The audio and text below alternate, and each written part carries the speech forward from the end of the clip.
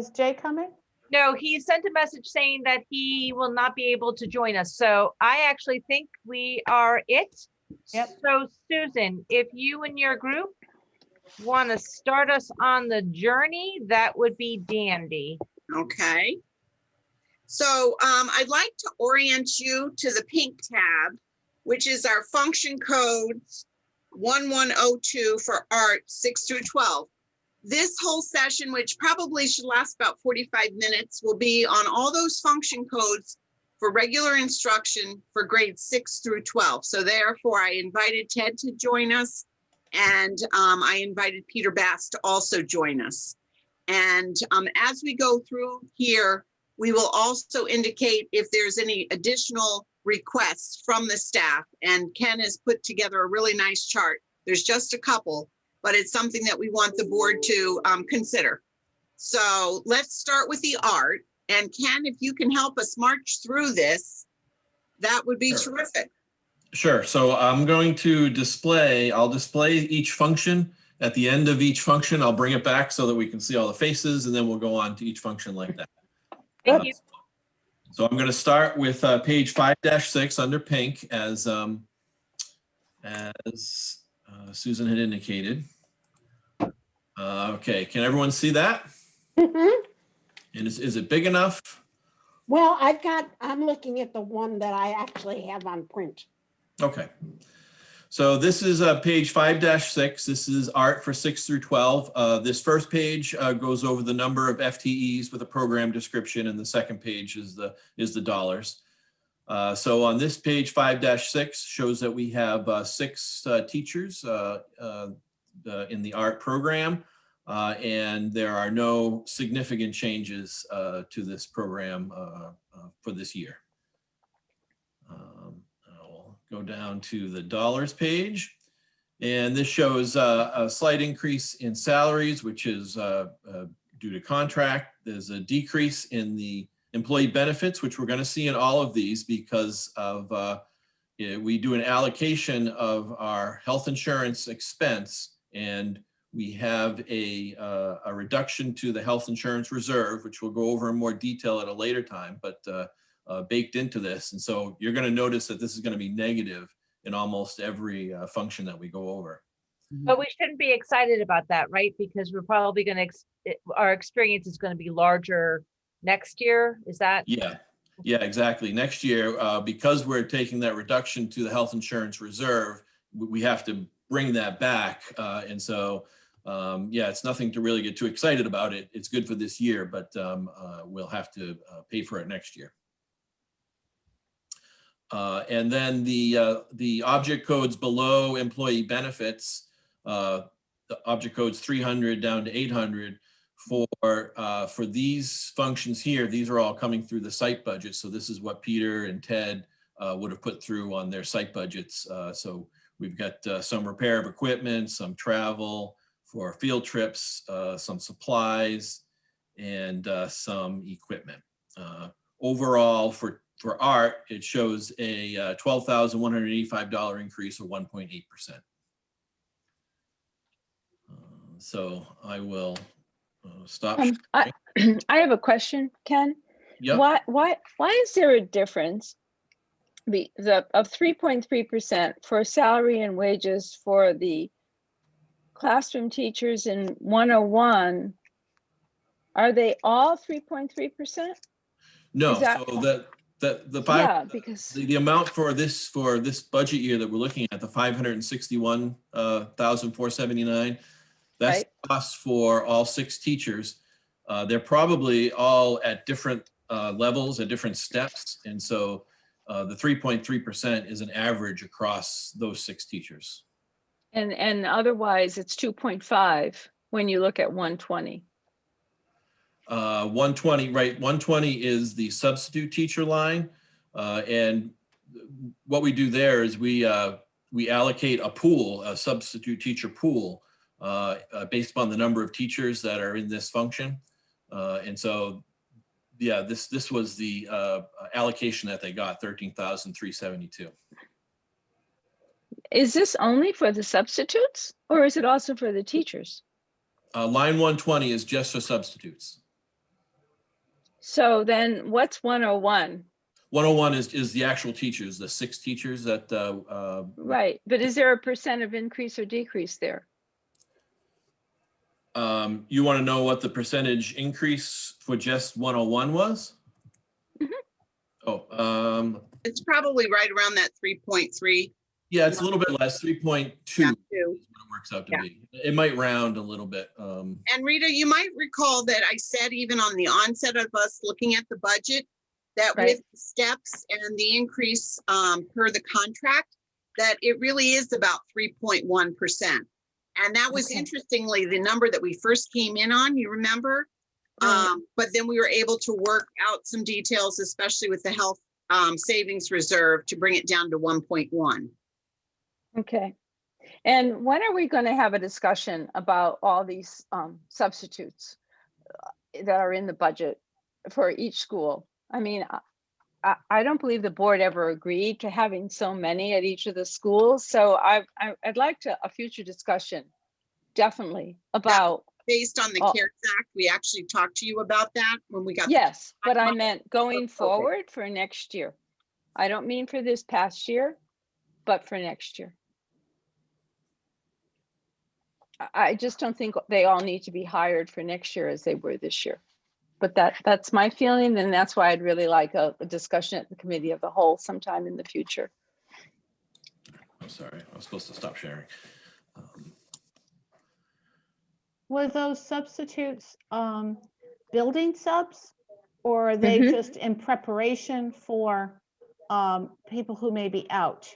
The decision was made that through the CARES Act, the way that we were funding it, to add one additional building sub to each of the schools. And especially with the inability to get subs this year, it was really a terrific thing that we were able to do to secure them. Because when you have a building sub, they're like having part of the staff, and they don't make much more money than a regular sub. But it certainly secured having people who would come in every day.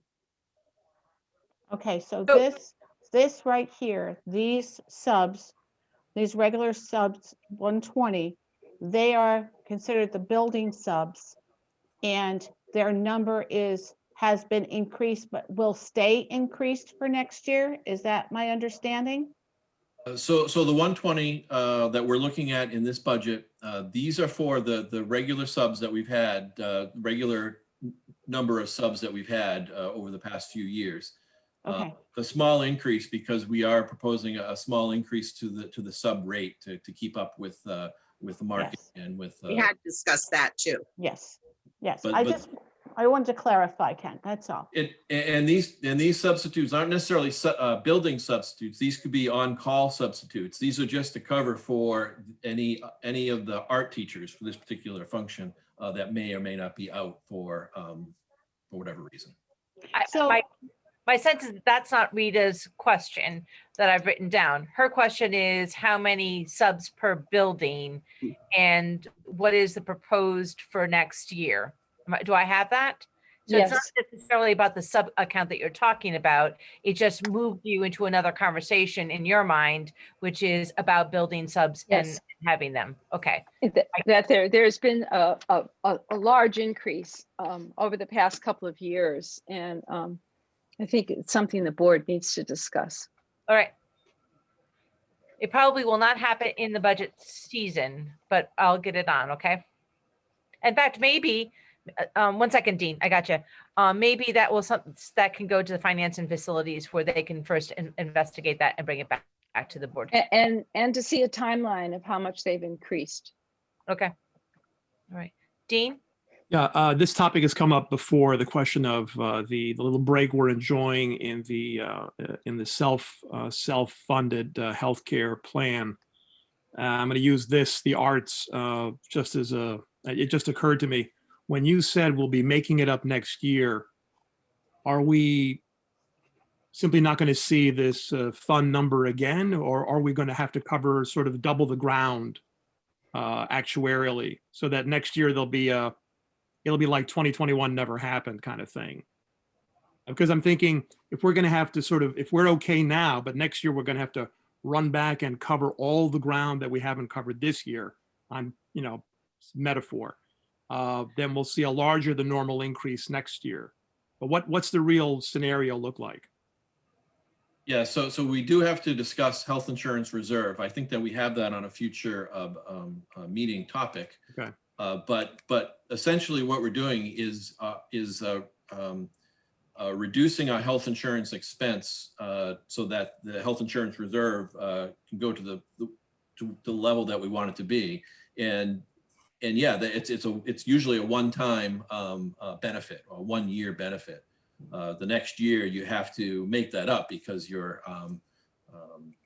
won't be there to take advantage of again. I mean, is it the case where we would be better off kind of ignoring this year, if you will? In other words, overfunding it for this year so that we will have less of a shock next year? In other words, are we? I think we're in a really good place, Dean, Okay. with it, that it's really pretty high at this point. So we felt pretty confident taking the 1.5 million for this year. So, but I do think that we just have to be cognizant that next year we're not going to probably be able to do that. Well, I'm aware of it. I'm just thinking in terms of just in general with most things. People never like things increasing, but they understand that they do, but they really don't like large shocks. No. They'd rather be boiled slowly. Yep. So Absolutely. I just thought of that with this function. Yep. Okay, thank you. I agree. All right, Ken, move us along. Right, I will reshare. And we're going to page 5-8. This function is language arts. This shows that across the two schools, we have 24 and a half teachers for this group, and we are not expecting any major changes in this group. This function, I Wait a should. minute.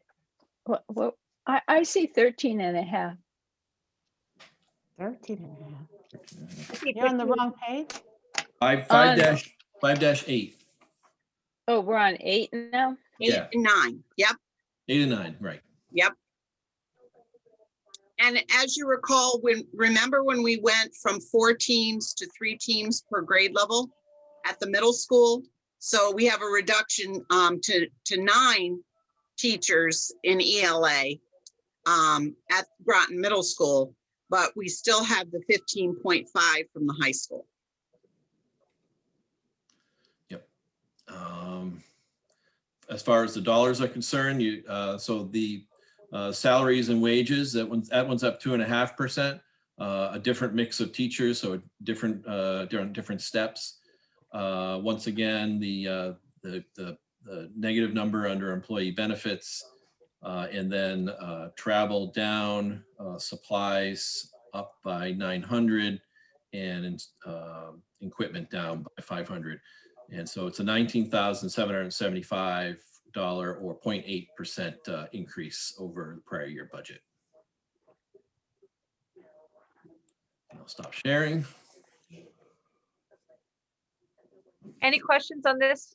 This seems pretty straightforward, folks, this one. In the future, can we have the class count for English, please? We never received any of the class, exactly how many people are in the classroom? How many students are sitting in those chairs?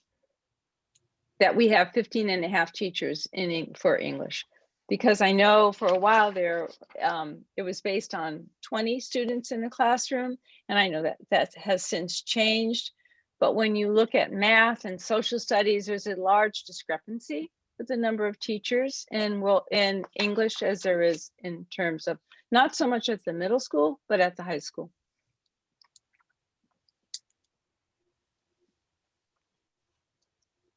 How tough is that, Susan, to get class sizes for high school? We can certainly pull them from Power School. The problem is that with the cohorting, we're gonna have the half-size class, but I can work with Heidi on that. I'd be very happy with last year's numbers. Okay. Because usually the board always received a whole big printout of who was in which classes were being taken. And we haven't received that in a while. So I'd be very happy with last year's numbers. So Ted, you're on here, so you and I will work with Aaron's probably one of the best people to pull that data Yep. for us. Thank you. It's not a problem. Thank you.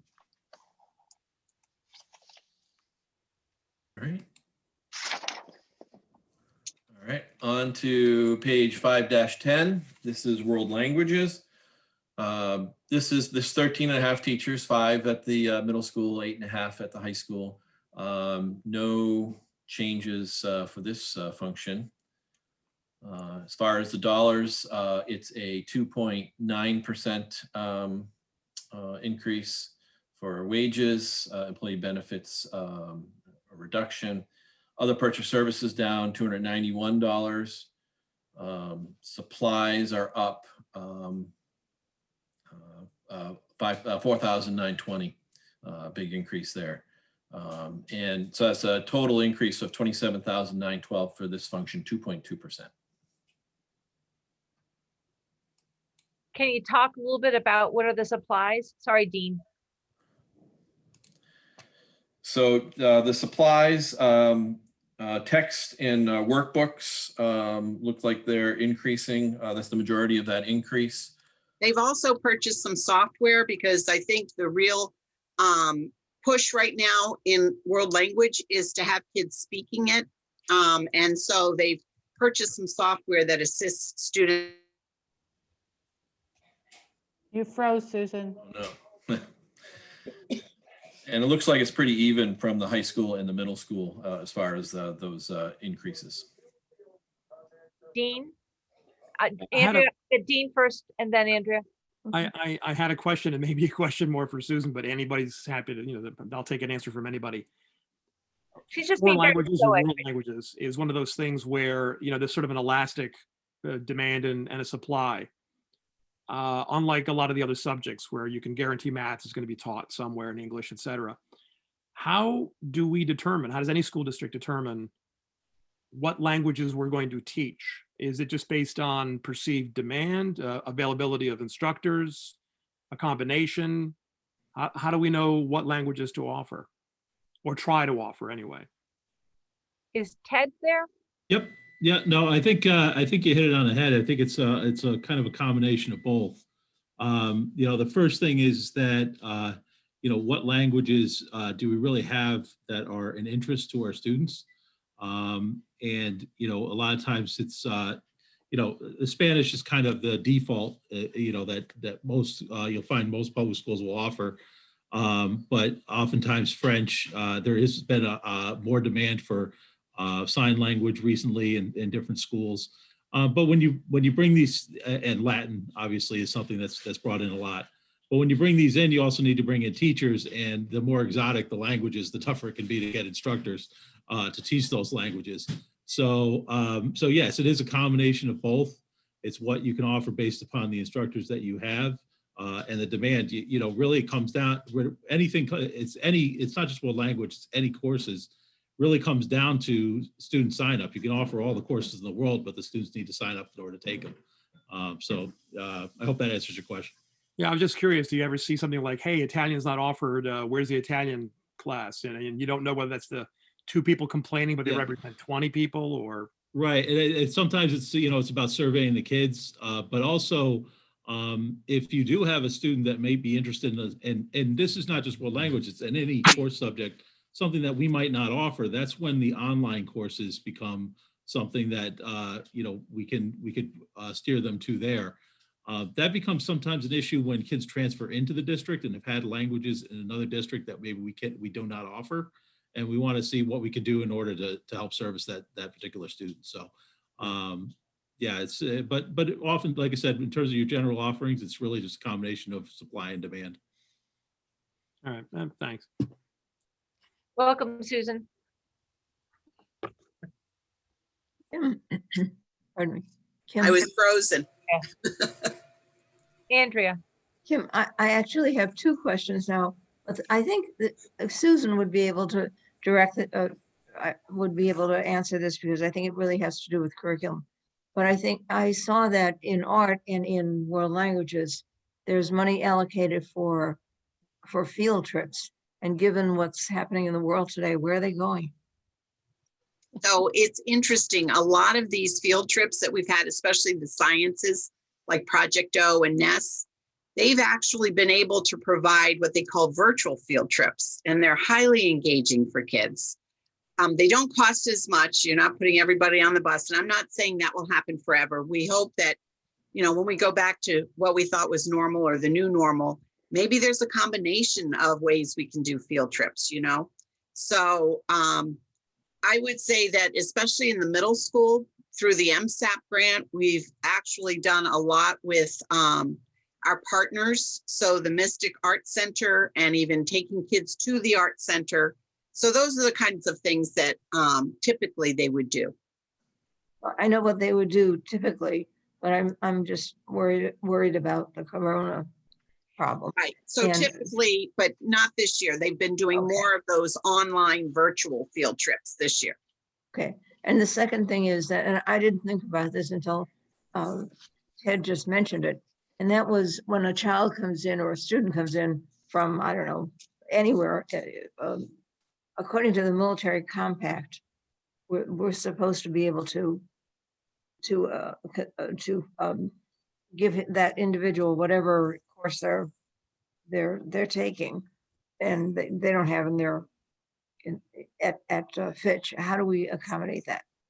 Well, I think, as was said, you know, by Ted, that having this online Apex and having online availability for courses, that oftentimes if it's a one out there like the Italian course, that we can probably handle that through online. Fatta bene then. Send them over to Okay, West- thank you. send them right. over to Westerly.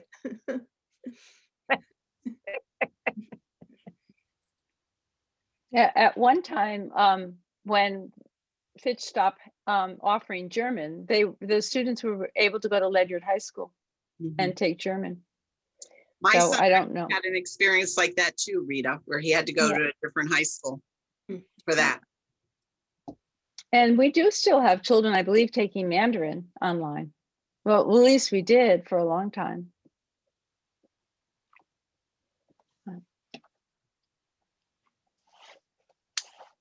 All right, Ken.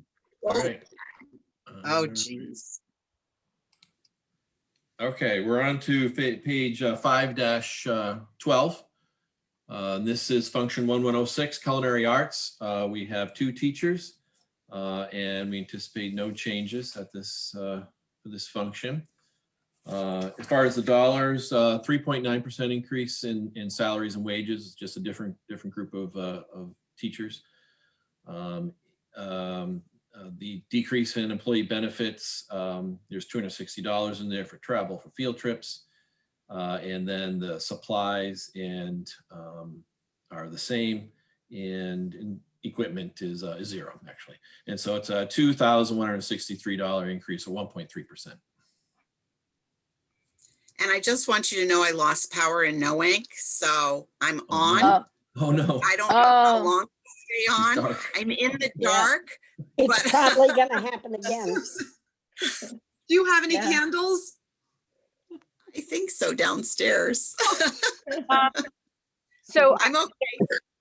I And- thought you were going romantic. Yeah, all by myself.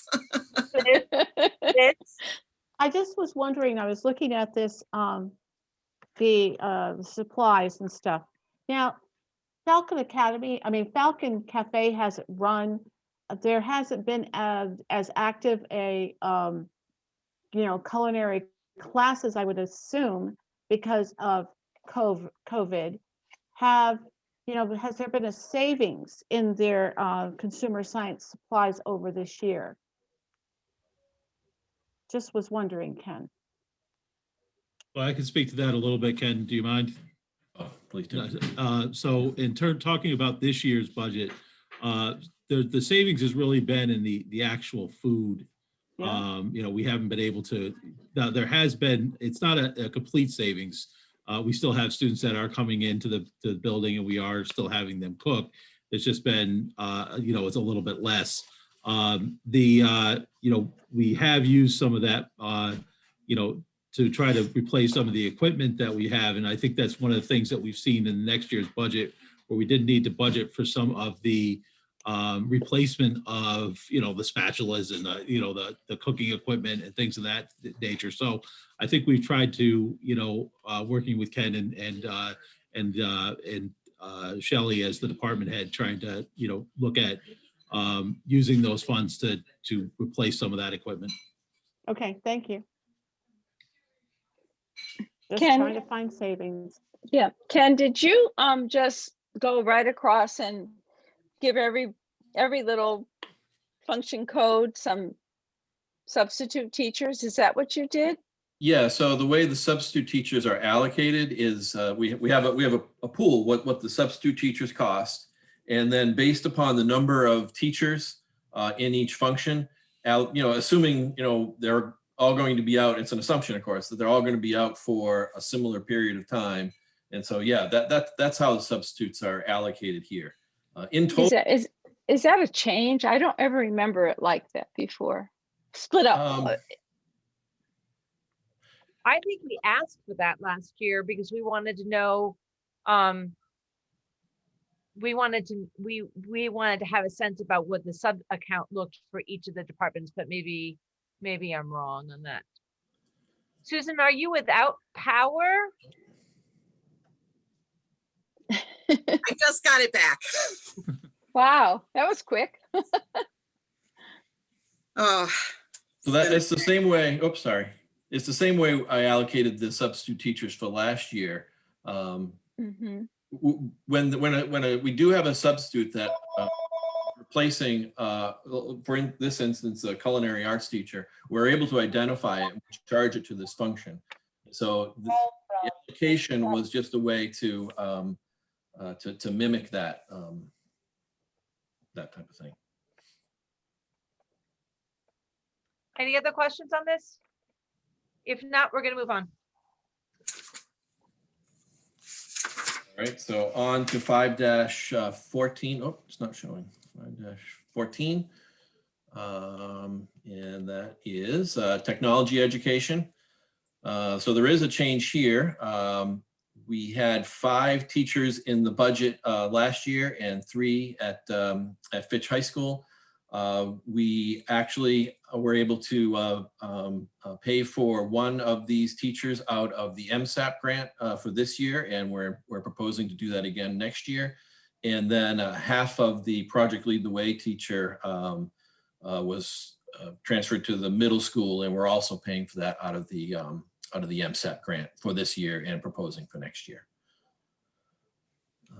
And then that's going to be reflected in the salaries and wages. That's why you see a decrease here of 16.9%. This is the 1.5 teachers no longer in the budget, offset by a small increase of around 3.1%. That's why you see that decrease there. Employee benefits, a similar type of decrease. And then the expenses, property services, purchase services, supplies are all the same, with a small increase in equipment of $170. So overall for this function, we're looking at $139,479 decrease, driven by the removal of that 1.5 teacher.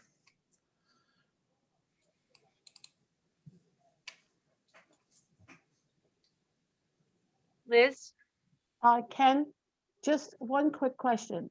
The MSAP grant, you said that we're going to take this over, we're transferring.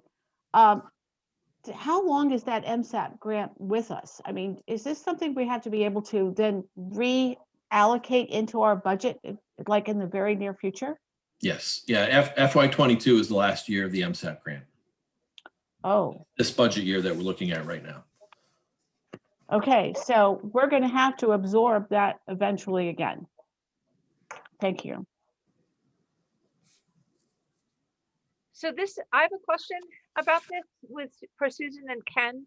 Is there a way, and maybe this does not make any sense, but is there a way that for some of the teachers or some of the things that we are moving over to the MSAC, which is going to be over next year, is that correct? Mm-hmm. See, I have no memory. I can't even remember a conversation that Liz had a minute ago. Is there Okay, Kim. is there a way that we could split the salary? It goes back to Dean's point around the health insurance. It's like, to make it like a low boil or low burn versus like Yeah. going from this to this. Is there a way that we can support half of that salary so that next year when we have to increase to have that, it won't be such a big jump? That's just a thought. That was my concern. That's why, thank you, Kim, Oh, I for think that's saying what it. we've done with this Project Lead the Way is we're paying half and then half will go to the MSAP grant. That was actually what we were thinking. And the reason for transferring these positions to the MSAP grant was due to the transportation, the fact that the MSAP grant stopped this year paying for the additional buses that we needed, and so to offset that, we moved these positions, and so if you take those funds out of the MSAP grant, even in half, and put it into this budget. We just have to, it would impact how we spent the MSAP grant for next year.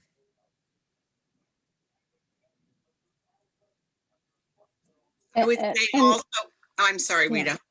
No, I was just thinking that next year we'd have to weigh which positions are relevant, which positions we need that have been carried with the MSAC grant, and which ones we can no longer sustain. Right, I mean, exactly. that'll be a tough decision next year, unless there's another grant. Well, we put in for two. Right. Put in for Right. the DOD STEM, Mhm. which is a partnership with Learn and quite significant. And then we've put in for the DODIA STEM. And that does include some Project Lead the Way and other things. Right. So, Right. but you just don't know that you're going to get it. And Right. you do have to sustain these grants.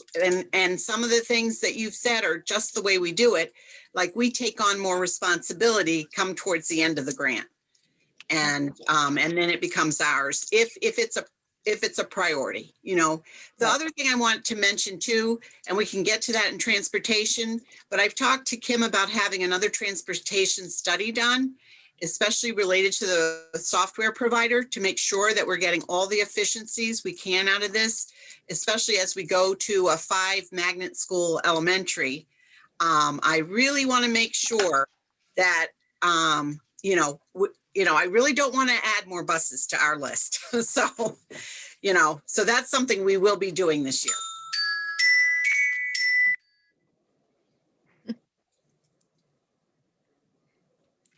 Sorry. All right, Ken. Okay. On to 5-16. This is mathematics. 9 FTEs at the middle school, 12.5 at the high school. No major changes anticipated for this function. Dollar wise, it's a 4.9% increase in salary and wages, decrease in employee benefits. And then it looks like we have decreases in the supplies, instructional equipment, and dues section. So for a total increase of $66,930, or 3.3%.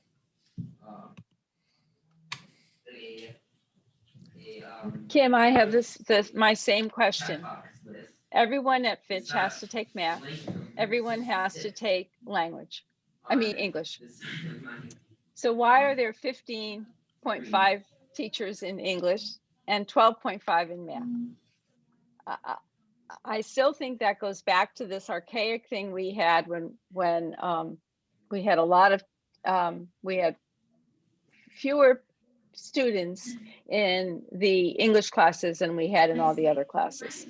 So I really, really like to look at that. And I think when you get to social studies, you'll see even fewer teachers. So Yeah, and they're done that. I can explain this to you, that in our middle school, when we reduced down to 9, we were really tight. Like we had 25, 26 in a classroom and had to go down to 24. So even our math specialists would help support some of those classes. so that we could, get those numbers down. So I would say that also at Fitch, they have 4 grade levels. So 4 independent grade levels, that pathways that kids have to take instead of the 3. So you've got, even though they're the same number of kids, there's more courses to offer because of the different grade levels. Right, that's not what I'm talking about. I'm not talking about the middle school and the high school. I'm only focusing on the high school. That there are 15.5 teachers take in English at the high school. There are 12.5 math teachers at the high school. They all should be taking math and English all 4 years. I just want to know what the difference is, why there is such a discrepancy. Kim? Yep. Sandra, I say this respectfully, but the math teacher at night goes home with a key. The English teacher goes home with papers. And if you really want to concentrate on helping children, you have to be able to look at their work and devote a great deal of time to it.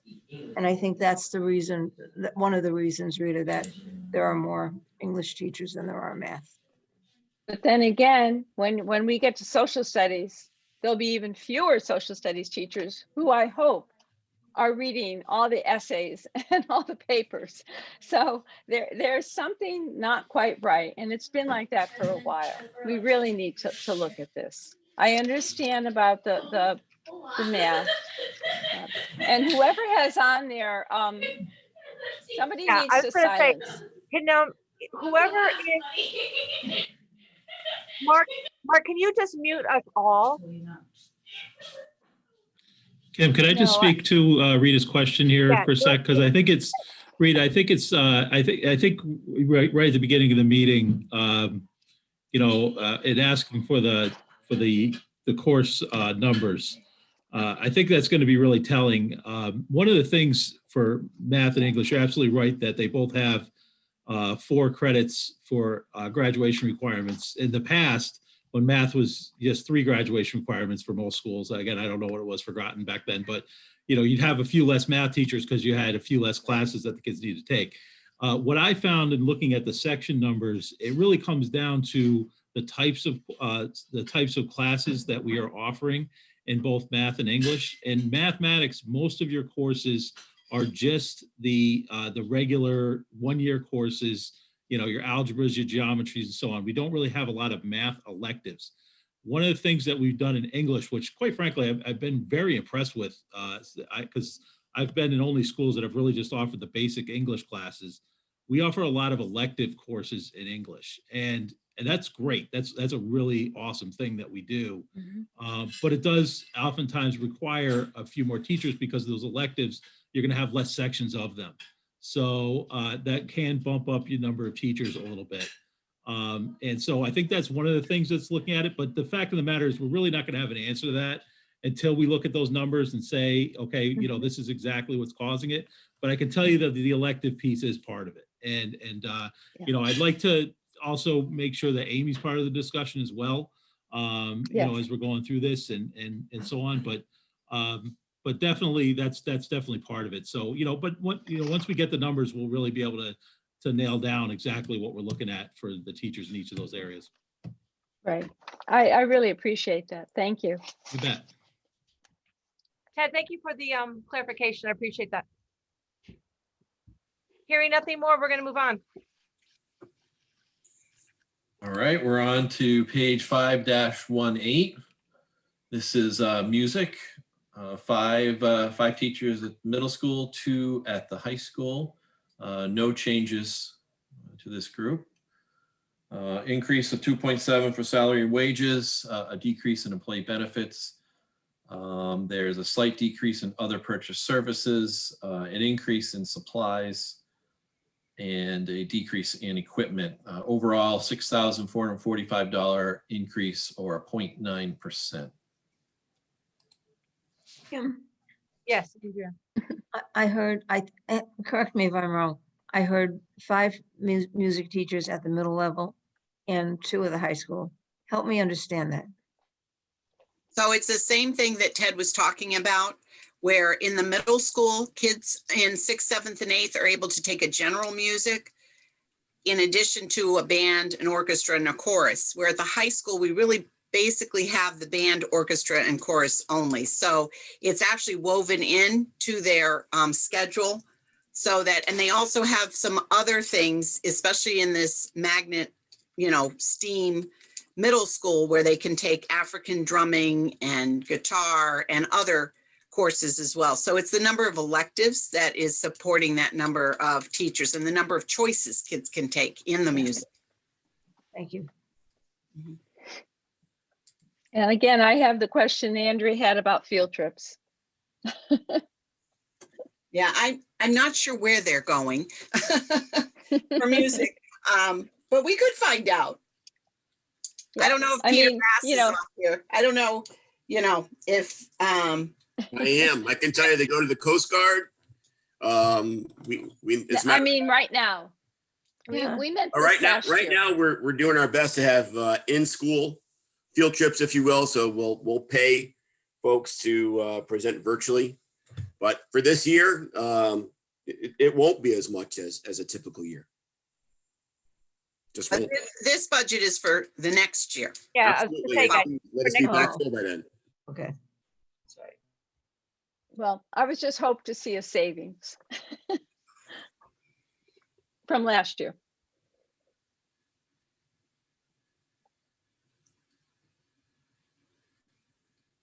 Shall I move on? what's your question, Rita? Oh, sorry. That's it. It would be nice. You know how you see the actual and then you have the real actual for Y20. So, I mean, it has gone down a little bit in 2019, 2020, but with 2021, it's like still the same carried over. And it's just confusing. I guess we can't have the actual until June. Right. Right. We have to. Yeah. All right, move us on, Ken. Moving us on to 5-20, I think. Yeah, physical education. And so we have a change here. We had 4 teachers in the middle school and 5.9 at the high school.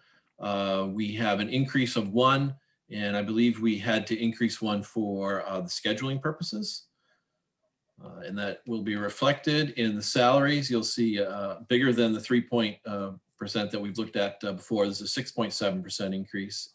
Employee benefits decrease, small decrease on purchased property services. It's a little hard to read, isn't it? Other purchase services is same. Supplies is up $140 and equipment up $358. So a $56,636 increase, or 4.9%, being driven by the additional position that has been added. And is that 238.7%? Is that correct for our total equipment? Yeah, so when you have an increase over a It's huge. number, it's math, and so it's an increase of $358 over a base of 150, and so yeah, it looks like quite an increase, but dollar-wise, it's not a very big increase, but percentage-wise, it is. That's why I taught social studies for 30 years. Does Thank it you. 0.9, does that 0.1% also teach health? Is that where that comes from? That there are 10.9? That's why it's not a full FTE. I think we have 1.1 health teachers, and so yeah, between the two of them, we have 7 teachers. But yeah, they're all split out into health and PE. Thank you.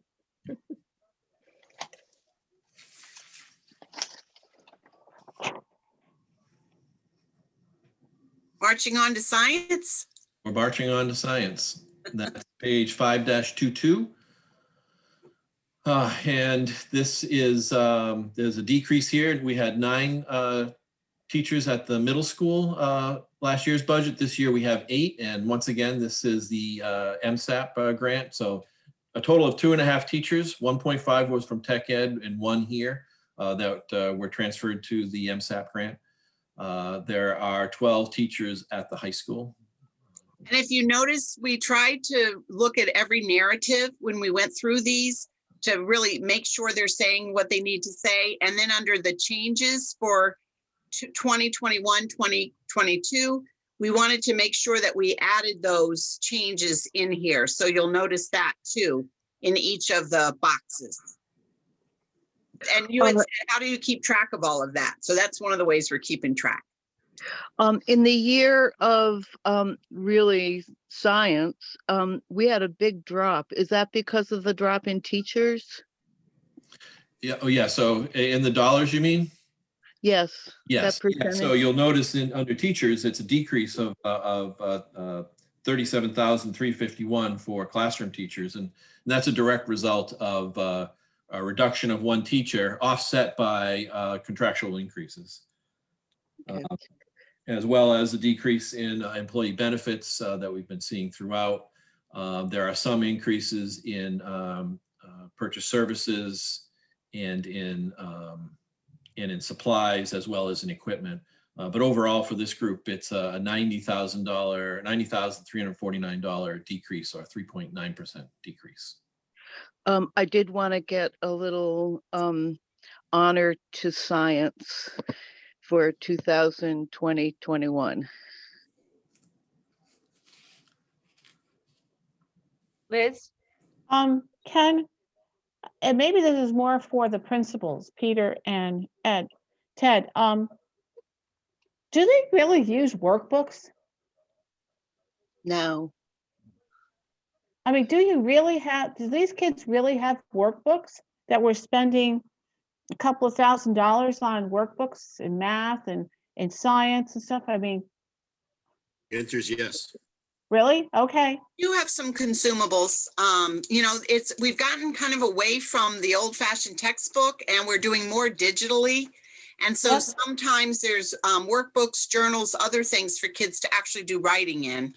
But, you know, a lot of the shift has been not purchasing the $100 textbook in lieu Right. of having something digitally that gets updated all the time. Okay, that's my question. Mhm. Thank you. Any other questions? Yeah, again, look at that field trip line. And there's a huge jump from 2019, 2020.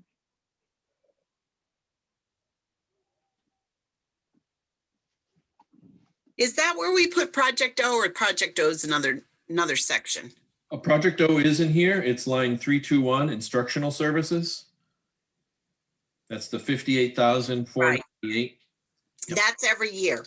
And Project O is actually, you know, mostly work with middle school and high school. And that's our partnership with Project O that we've paid for all the years that I've been here. Right. Yep. I'm not talking about that. I'm talking about the field trips, the other field trips, the 6,000. Yeah, line 588. We can look into that, Rita, and just, I mean, I don't know if the principals know on the top of their head. I can tell you that NES is a big one that we do, and Okay.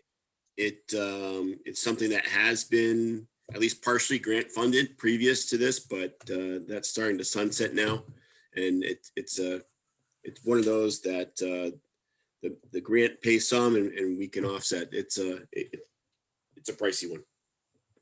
I also think, Rita, that we're just assuming, yeah, we have to make the assumption that wherever we're sending our kids for field trips, that those prices would increase as well. Well, I don't think we're sending them anywhere right now. But this is for next year.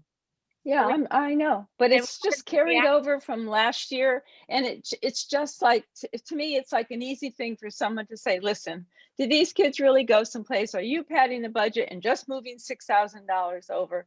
You know, those are the questions you can get from the public. And I'd like, you know, I just want to understand, well, where are these kids going? How can we respond? You're That's not all. wrong on that. Now, in terms of science, the high school didn't actually include any field trips for science.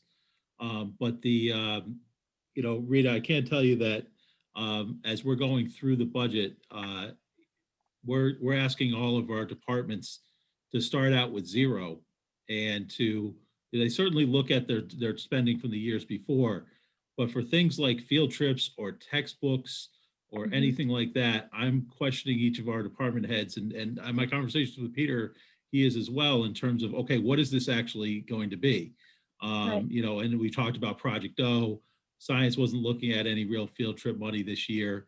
And so on, so it's something where now this year, obviously last year's budget plan was definitely changed based upon, the fact that we couldn't take any field trips and some of that money's, still there. But this year it's not like, well, you had $6,000 in field trips, just throw that over for next year and you'll have it for next year. For the band and the thing, they're thinking about the transportation, they're thinking about the different events that they're going to. So if there is ever a question of, hey, I wonder what the music field trips are all about, we can certainly have Andrew or any of the department heads give you a list of what those plans were, because it's not, we're just throwing in $1,000 in case you think you want to go on a field trip. It's an actual event that they're planning on doing. Yeah. So It's not the music that I'm concerned about. no, I'm It's just saying more that as an the example. science. Yeah, just as an Yeah, I mean, if example. you look at 2019, 2020, it was $1,709. And then all of a sudden there's a huge jump to 6,000 Mhm. and it's carried across. And really, they probably wasn't even used this past year, very much of it. So that's my question. Mhm.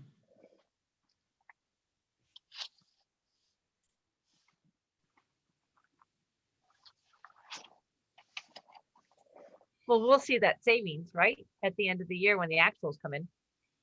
Because they have spent some money because they are doing the virtual stuff, correct? Right. That's right. Even with the Mystic Seaport. So, we've gotten creative and we've heard from a lot of parents who have really said that has been a very engaging thing for their kids. And, it's embedded coaching for our teachers too. So. Any other questions? All right, Ken, moving on. All right, 5-24. This is social studies. Here, there is an increase. We had 9 teachers in the budget last year for the middle school. We have 10 in this budget. There, we added 1 FTE once again for scheduling purposes. I think this was that approaches to learning teacher. And the high school is 9.5 as it was in the prior year budget. And so the increase in teacher is reflected in the salaries. So it's an increase of a teacher as well as the contractual increases, the reduction in employee benefits. And there's other purchase services up $500 and supplies up $2,450. That's showing up as 163. Once again, there's that math. It's a big increase over last year's budget of $1,500 for supplies. But the total for this function, an increase of 57,138 or 3.2%. And that's mostly because of salary. Well, yeah, the increase of number of teachers is what's driving that increase. Right. Question? Well, I hope we can increase this in the high school, especially because we're going to have another very important course Absolutely. being taught. So I mean, I could see this going up a 0.5 in the high school. But Liz can speak to that, I'm sure. Well, we've decreased this department over the years, Yes. and it's now down to bare bones. And I really think that we need to start looking at not only this new course that's going to be offered, we have to start preparing, because quite frankly, we're beginning to have a group of students now that are starting to get interested in academic competitions that cost money. And this is at the middle school as well as the high school. And we have to be able, I think, to have some support for them. So, I don't know where math counts comes in, or where any of the other academic competitions come in, how they're funded. But speaking from my own experience, if we continue and hopefully encourage our students to do, I'm just going to say it, Connecticut History Day. Let's face it, it's going to be, it is very, it does not get expensive unless they make it to nationals. And then if they go to, and nationals is the goal, let's face it, you want to go for the goal. So I think we need to be prepared for the increase, especially that class is going to have, because I know that class is going to be very, very, very popular. I would expect we're going to have at least a 0.5 teacher, if not a full teacher that has going to have to help work with that. And as we start to evaluate and improve our elective offerings, and also we need to start looking at, and this, I know this is coming, it's not for next year, but for the year after. I just want to say it so that we have it in our back of our minds. Right now, social studies is only required 3 credits, which is too low. And especially, we have to start looking at that. And I think that's something that the curriculum committee is going to have to work on, is we have to, one of the reasons I think that we're in a problem in our nation is that we don't have a good, solid, full credit and an understanding of government and civic responsibility. And I think that's something we need to look at as a district. So my thank sense, you very much. so my sense is that obviously Ted and Susan and Ken will be looking at this for next year, specifically with our new class and what's the interest of that. But right now, it stands the way that it stands unless we are above and beyond. Okay. Yeah, I think just speaking to the questions that just came up, right now the budget really reflects the textbooks that we're going to need for that class. And, I think once we get an idea of the students that are signing up and if there are changes made in the graduation requirements, which certainly would be, I think, an interesting discussion, that could change things as well. But right now, we just don't have enough information yet about what the class sizes are going to be in order to make any decisions on teacher numbers for next year. Right. But the money is in there for the textbooks. Thank you. Rita. I have a real concern. I mean, I have sat in some of the American history classes when we were allowed in the building at one time and were able to go in the building. And the American history classes were huge, very, very big. And then you can go to an English class or they're smaller. I think it's a disservice to our students to not have almost as many social studies teachers as we have English teachers and math teachers in the high school. I know I have my master's is in American studies, so I do have, when I taught social studies, but when I look at this and I've sat in those classes, they're huge, huge classes. Well, and I think you had it's made not a right. request, Rita, to check those class sizes out, so we'll definitely Yes. get that data to you. Okay, right. Thank All right. you.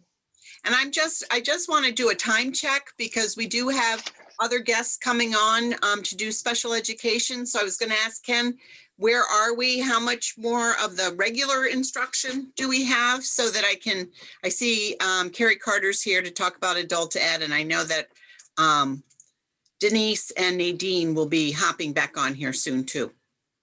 Yeah, we definitely have quite a bit of regular instruction left because we were going to go to 5-41. We're through 5-25. So there is quite a bit to go. So I don't know how you want to. Well, I think we just keep marching along, Okay.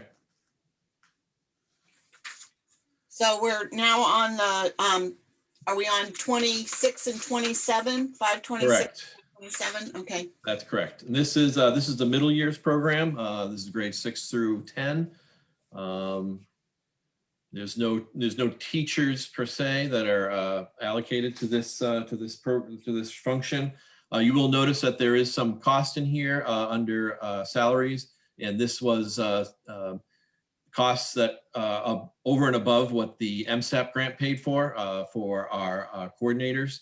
So that's what that amount represents in FY21. FY22, we expect that to be zero because we have adjusted the budget, the MSAP budget to account for all of that. As far as the expenses, there is an increase in dues, line 812 of $9,000. So these costs are, because these aren't included in the MSAP grant, because these are all costs that are being borne at the high school level. MSAP only goes 6 through 8. So this is for the 9th and 10th graders at the high school, the costs for the program at that school. So $9,000 is the total increase for this function over last year's budget. It's actually 62.7% because it was such a small number last year.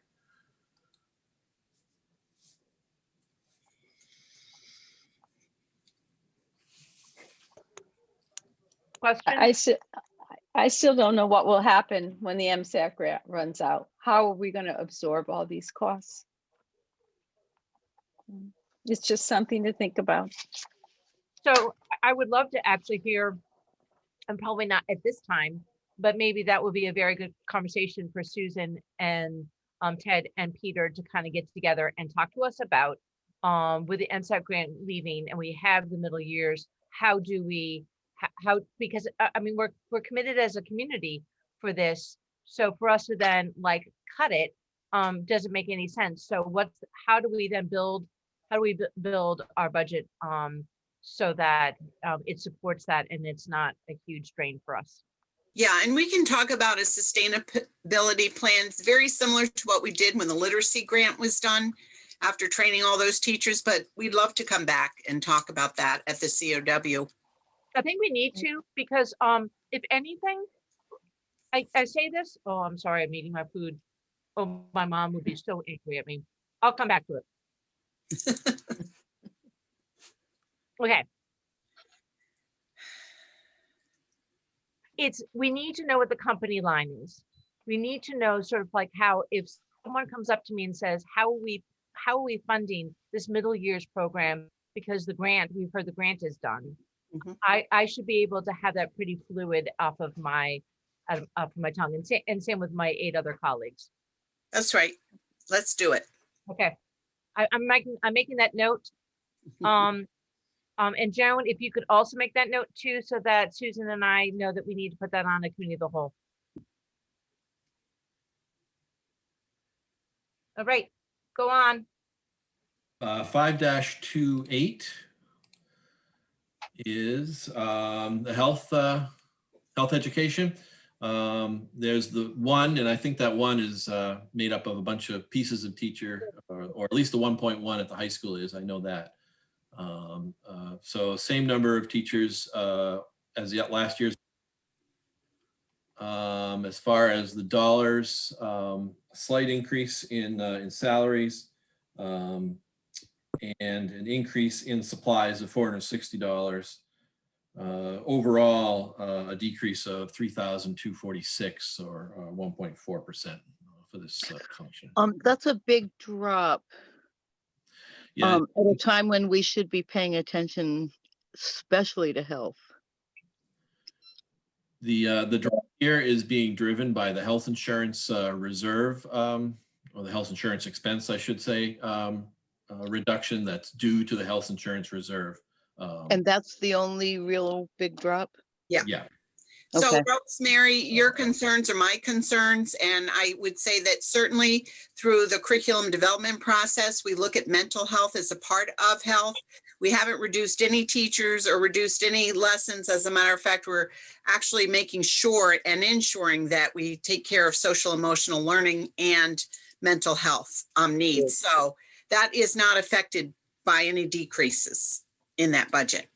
Okay, I did have some concerns, just the timing is extraordinary to drop health, but I'll keep my mouth shut. No, no, no. It just, it's more, We haven't. I know, and now that I understand that, but it's good to hear. yeah, yeah.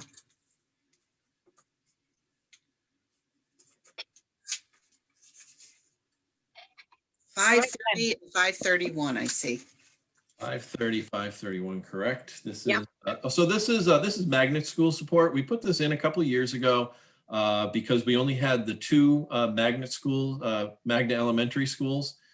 And so we wanted to be sure that those magnet themes were being supported. And so we created this function and funded it with some funds to ensure that that was happening. Going forward, starting in this year, not this year, but this budget year that we're looking at here, all 5 elementary schools are going to be magnet elementary schools. And so rather than maintain the separate account to ensure that there's funding for those magnet themes, we suggested that the principals just incorporate this into their regular site budgets.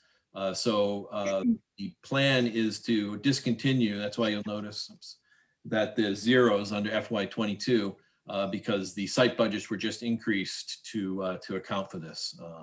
So we took that 30,000 divided by the 5 elementaries, and they, then we're able to take that amount of money and add to their site budgets. Exactly. Any question? Moving on. All right, 5-32. This is, oh, come on, guy. The IB. 5-33, 32 and 33. This is IB. We don't have teachers allocated directly to IB anymore. They are resident and within their Department. So you'll notice back in 19 we were allocating teachers, but we discontinued doing that. But as far as the expenses, the technical services the same at 6,000. Purchase services down by $2,000. Supplies down by $20,395. And equipment, there's an increase in equipment of $5,450 and a decrease in dues of $2,000. Overall, decrease of $18,945 or 22% for this function. That's a big lowering amount also. Is that explained by what you started off with? No, there are no teachers allocated here, so there's no health insurance impact. This is all as a result of the site budgets or the amount that was allocated by by Ted's group. So Ted, we're actually, could I technically speak? not lowering it. We are Where- lowering it, but the reasoning is, number one is the number of tests that we're expecting to give out is a little bit lower next year. And also online training has been increased through IB. So we had a reduction in the travel amounts.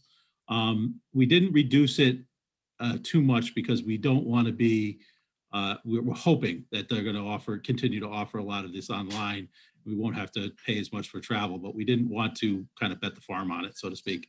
But that really, the testing is what really is driving the decrease.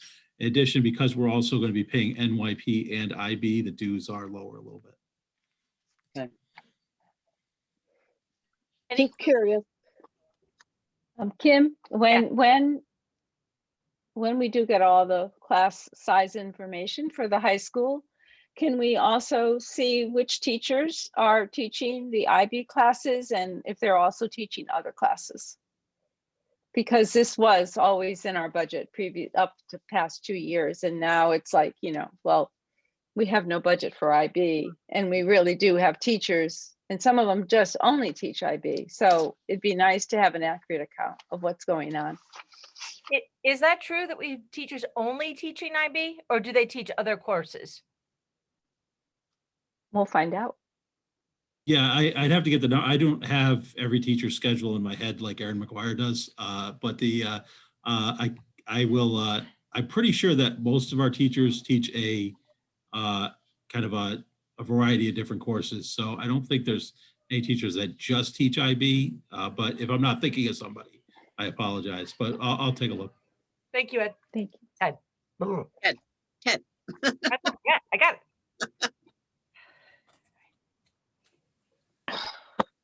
All right, moving on. 5-34. So this is a new function this year, and I apologize that there's no program description in here, but I did get one that we'll be putting in there. And this should say, of course, this is a new function this year. The dollars are here.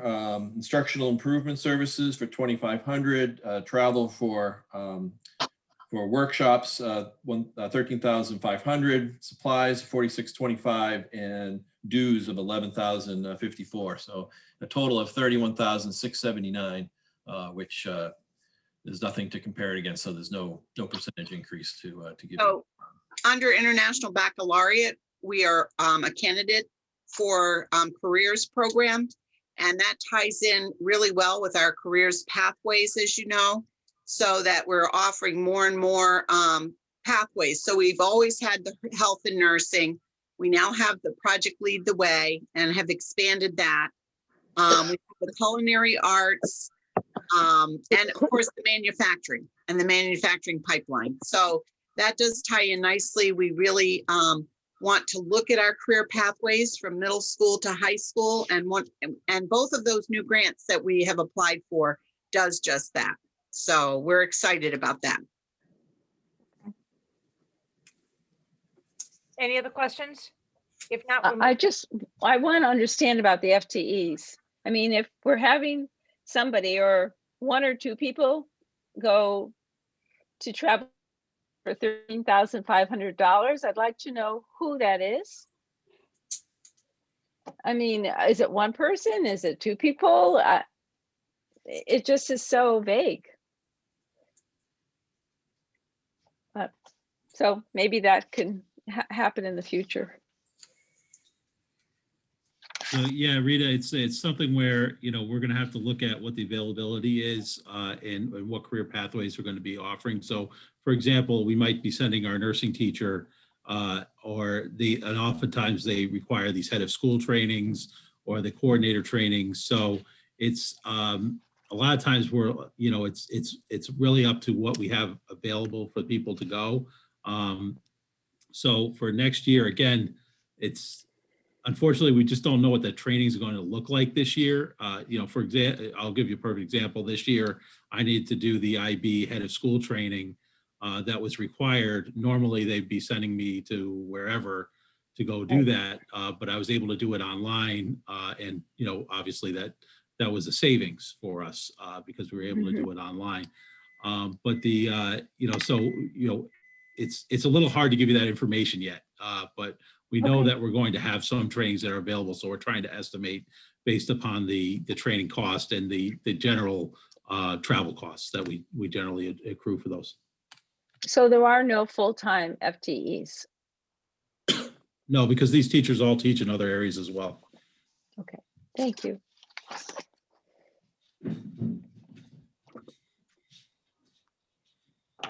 would it be, I don't want to go back to it, but would it be helpful if we had a narrative that Ted kind of just stated that we are going to be having trainings if we don't know what the trainings are, and it because we don't know what category it is? I think we could probably get more detail than that, Kim. I think we have a narrative, and I'm sure that when they were putting together this particular cost, they were thinking of so many teachers, you know, and this is the cost. We certainly have found a lot of efficiencies with some of the online conferences and workshops. So I'm hoping that lots of organizations will continue to offer that. Thank you. Moving on.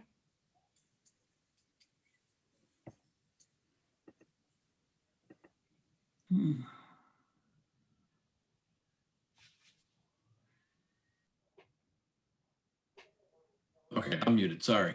5-36, this is unclassified. This is this function is to capture all the costs for the secondary school that don't necessarily fall into any particular function. We do have one aid in this function. And if we go down A lot of money. there's the aid on line 111. And then these are substitutes, line 120. There's a substitutes for that are not, they're not replacing a particular teacher. They could be a building sub. They could be just floating or doing more than one assignment in a day. Group insurance is down due to what we talked about before. We also put in here unemployment compensation. We carry that in here. We're hoping that's going to kind of go back to the pre this year level, 50,000. Equipment, repair of equipment. We're moving to a managed print solution, and so we are feeling like we don't need as much repair of equipment as we have had in the prior years. What else is classroom supplies? So these are the classroom supplies ordered by the high school and middle school. I think last year we had a surplus, and so we didn't need as much in last year's budget, but we're anticipating that to be higher this year. And then a decrease in equipment of $3,800. So overall, a decrease of $96,566 for this function. Any questions? Yes, I'm curious about the zero on the FY22 budget for retirement award. So at the time that we is that prepared match this, that parenthesis, that decrease amount is very close to what that was the year before? Are we anticipating a large retirement award?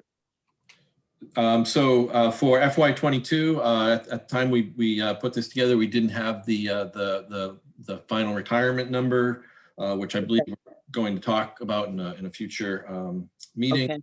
But it is anticipated that that any retirement awards, as long as we got the paperwork in, we could pay for it out of this year. Okay. Questions? If not, we're moving on. All right, 5-38 is business education. There are 3 teachers at the high school. We are not anticipating any changes. The salaries up 2.5%. Travel up $1,000, 40%. And that's a total of increase of $4,613 or 1.5% over last year's budget. Questions? All right, we're moving on. Next is 5-40. This is, where is it? That's health occupations. So there's one teacher at the high school for this. That's our nursing teacher for the certification program. That's right. I think this was a newer teacher this year. I think we had a retirement. Yep. That's why you're seeing a decrease there. And then as far as the expenses, increase of $65 on the supplies, but overall a decrease of $49,180 over last year's budget. Is that explained by the lowering of the one teacher, and can we still offer everything with that one teacher lowered? Well, her During the salary is low. pandemic, huh? It's still the same amount of FTEs. It's one teacher that we had that retired and one teacher that we have now, but she's a newer teacher, fewer years experience. That's where the cost savings is. Oh, okay. Yep. Because we are in a pandemic, and I had concerns about lowering this particular one. And with the Dr. Fauci effect, especially. Moving Now, on. we'd love to grow our nursing program, actually. So we're moving on. So actually, this is a really good stopping point to switch over to special education if we wanted to do that, because we've got quite a few more pages, but they're numerically the next page 5-42 starts preschool, so it may not be a bad idea to just move on from here. I think so. I like going through it numerically. We can always go back to the central office information. I think at some point though, Susan, we need to talk about athletics and all that stuff. Maybe not tonight, but we got to make sure that that gets into our schedule. Yeah, athletics is on the schedule for February 8th. Oh, Yep. stop being so on top of things, Ken. But the other ones, I think we can move those either to the 8th, but we also have the 9th. So I think, Yeah, we have the 2 days. All right, good. okay. So we're going to move on to page 5-42 in preschool. Let's see, I'll bring that up here. Thank you. Good evening, members of the board, Madam President, Susan, and staff that have joined us. So my name is Nadine Macklin, and I am the supervisor for one of the supervisors of PBS, and I also supervise our early childhood programs in district. And so I'm just going to take us through the budget pages for preschool. So these pages are specifically for our special education preschool staff specifically. And so as you can see here, we have 2 integrated preschool teachers at Claude Chester. We have 3 integrated preschool teachers at Mary Morrison, and we have 4 special education staff at SB Butler, which also includes a speech and language pathologist for our early childhood assessment team. So with the consolidation of our 3 elementary schools, we will actually be moving our preschool programs, as you know, to our 2 new elementary magnet schools. So we will have 4.5 staff members at each location. And then the same breakdown for our regular and special education teacher aides. As you can see, just numerically, we've pretty much just split the staff at each of the new sites. So we have 7 regular and special education teacher aides at Thames River, and we also have 7 at Mystic River Magnet. So there are no changes in terms of the number of staff. In terms of the actual budget, as you can see, the first line, there is a huge decrease of $82,000, a little over $82,000. And that's due to the fact that last year we had one of our veteran integrated preschool teachers retire, and also one of our preschool SLPs resigned. So, and she was also a veteran SLP as well. So that accounts for the huge decrease. And we have since hired a first-year integrated preschool special ed teacher, as well as a first-year speech and language pathologist that is a part of our early childhood assessment team. As we go down, we see that there, in terms of insurance, there was a slight decrease in insurance. And also as we go down, we see that travel expenses, there was also a decrease in travel expenses as well. So the total increase was just a little over $7,000. Nadine, Yes. would this also include any contract services that we have for special education? This line, or is it someplace else? No, this is all of our full-time BOE staff. Okay. So no contract work is included here. And where is that in the budget? Maybe Ken can tell us. Yeah. I believe that's under function 1230. Okay. Let's see, let me make sure here. Yes, 1230, I think. Thank you. Yep. You're welcome. Any other questions? All right. I will put myself back on mute. Thank you.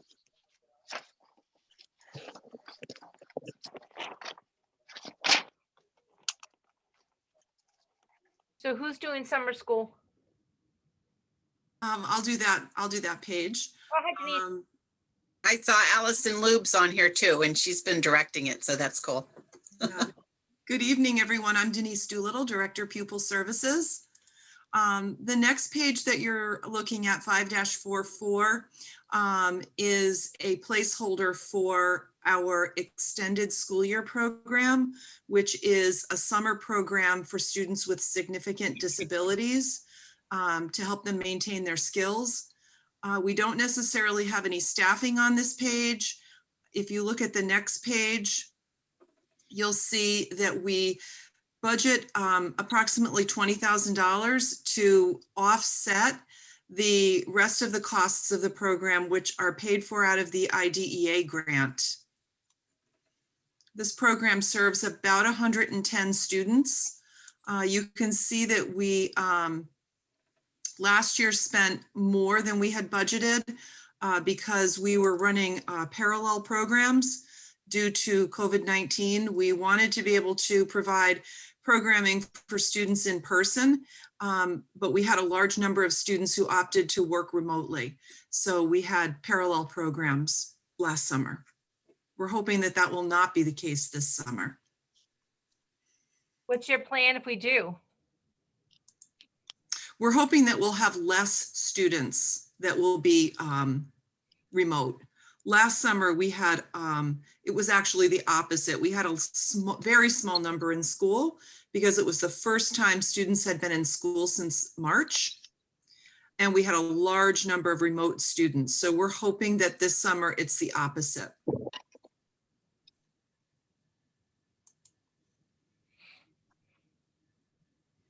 Any other questions for Denise? All right, we're moving on.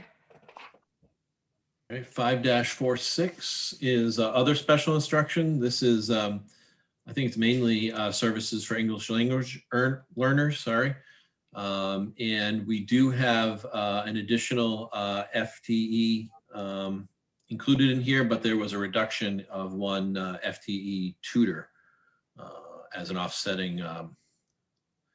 So we now have an ELA teacher, certified teacher, bilingual. Actually, all three of our teachers will be both bilingual and TESOL trained. And so we have someone at the elementary level, someone at the middle school, and someone at the high school level.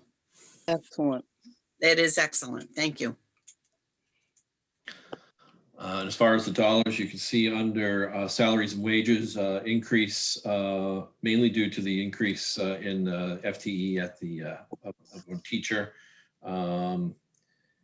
That additional teacher tracks more employee benefits. There's an increase there as well.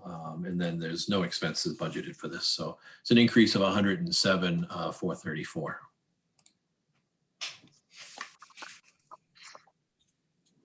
And what is driving that increase again? Mainly the increase of the one FTE ELL teacher. So we reduced a tutor position, but we added a teacher, certified teacher position. We also get an EL grant, Title III, and so that covers a couple of our tutors in that grant as well.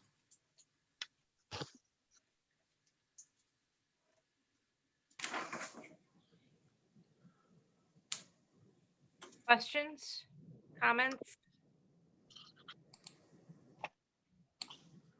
All right, thank you, Ken. All right.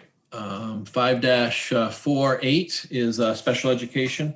I'll just go over this quickly, Denise, and then you can you give more detail. But as far as the FTEs, we are budgeting 50 FTEs, same as the prior year, just broken up differently because of the closing of the 3 schools. But there was a reduction in the paras of 3.1. That tutor right there on the bottom, that was missed. So that should say 1.0, and I believe the dollars have to follow it. So I think this tutor is in another place, and so I'll just have to fix that. But I just wanted to apologize for that. I think that was that. And then, do you want to talk the dollars, Denise? Sure, Ken, if you could go back to 5-48. Sure. There is a reduction of one resource teacher with the consolidation. So we actually have 7 teachers moving to Mystic River, 4 resource teachers and 3 ABA teachers. And then we have a total of 6 teachers at Thames River, 4 resource teachers and 2 academy teachers. So it's really a reduction of 1. So are these numbers going to change then because of this? Yeah, yeah, there's just a typo on this page. Thames River should say 6. Right, but CK should be 4, right? Is that what you said? CK, let's see, where's CK? Yes, CK should say 4. We have a Right. self-contained program moving to CK. Right. So I think the total number is fine. I just think it's the way they're broken up across the schools, and so that will change and be corrected. Okay, thanks, Ken. Yep. So we do have a self-contained program at Mary Morrison that's moving to CK. That's what Ken was referring to. Yep. Yeah, and we should put a note in the changes. Yeah, but both schools will have 4 resource teachers. The academy programs will go to Thames River. The ABA programs will go to Mystic River. All right. Should I move on, Denise? Yes, thank you, Ken. Yep, thanks. It might be helpful to put that in our narrative, Yeah, I agree. the transitions. Let's get that in order. Yep, Sure. I agree. thank you. Okay, so on 5-49, we have a slight increase in terms of salaries and wages that is contractual. And there's overall an increase of 0.1%. We did actually increase slightly the supplies for this group. That would be under, it's hard for me to read it. 615 near the bottom. Thank you. Yes. 615 has a slight increase for supplies because we have certain apps for the iPads and certain materials that the teachers need. And then I think everything else. Oh, did we want to talk about vocational skills instruction here, Ken? This is where line 561 includes Ledyard High School VOAG program, as well as we have some students who work with some of our partners such as Sharp Training for vocational instruction beyond high school. It's a very small number. They're generally students whose skill set would not be a good match for the students in the Transition Academy.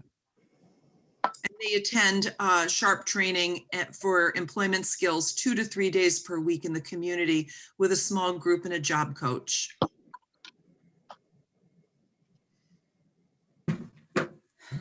Any other questions? Liz? I'm going back to that line 561. And could you explain to me why in 2018, 2019, the actual was 439, 318, and then 1920 was 159, 521.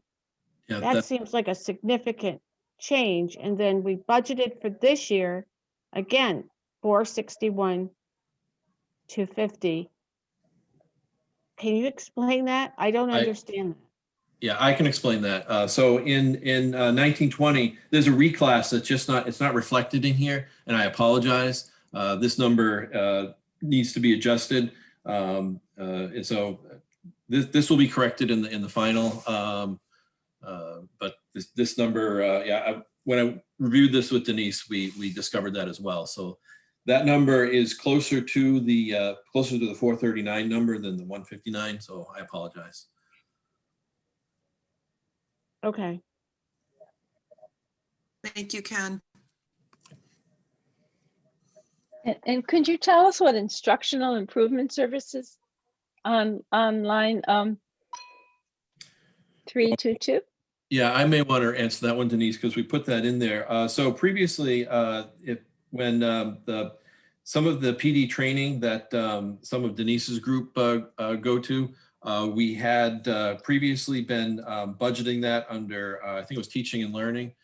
And just for clarification, and so Denise knows, how much the pool is, we broke it out this year so that it can be seen a little more readily. So this was previously budgeted under teaching and learning. So you should see a decrease under the teaching and learning instructional improvement services. So our total was always about 30,000, and Denise always had 10,000 to spend, but we just thought we should really earmark it in special ed because that's where it's located. So, we've done some things like that over the years to try to really get it in the right buckets. Yeah, actually improvement of instruction, not teaching and learning, sorry. Right. Yeah.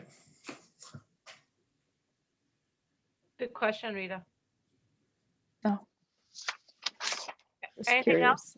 We can note that under the footnotes too. Yeah, we could. That would be a good idea, Ken. Yep. Okay. By the time we get this out to the public, you guys will have us all organized. That's why we go through it with a fine-tooth comb like this. So thank you. All right, 5-50 is our teacher of the blind. We do have part-time services from the teacher of the blind. Her caseload has been reducing over the years. So she is part-time in the Transition Academy. She assumed that position when we had a retirement last year. And we are remaining with 0.5 teacher of the blind to service a small caseload and any students who may move in the future. It looked like we cured blindness. We just, for some reason, have had fewer and fewer students with that disability. I love the thought of curing blindness. Denise, where would we find in this budget the students that are placed at Ocean Avenue Learning Center or other outplacement? Oh, sure. That's coming at the end. Later on? Tuitions. Okay. Yeah. Okay. Well, I'll just wait. Okay. So on page 5-51, you can see in terms of the teacher, we have her a decrease overall because this is a reduction. Okay, again, last year she was 1.0 and this year she's 0.5. Well, to be clear, Denise, this what everyone has reflects going from 0.5 to 0.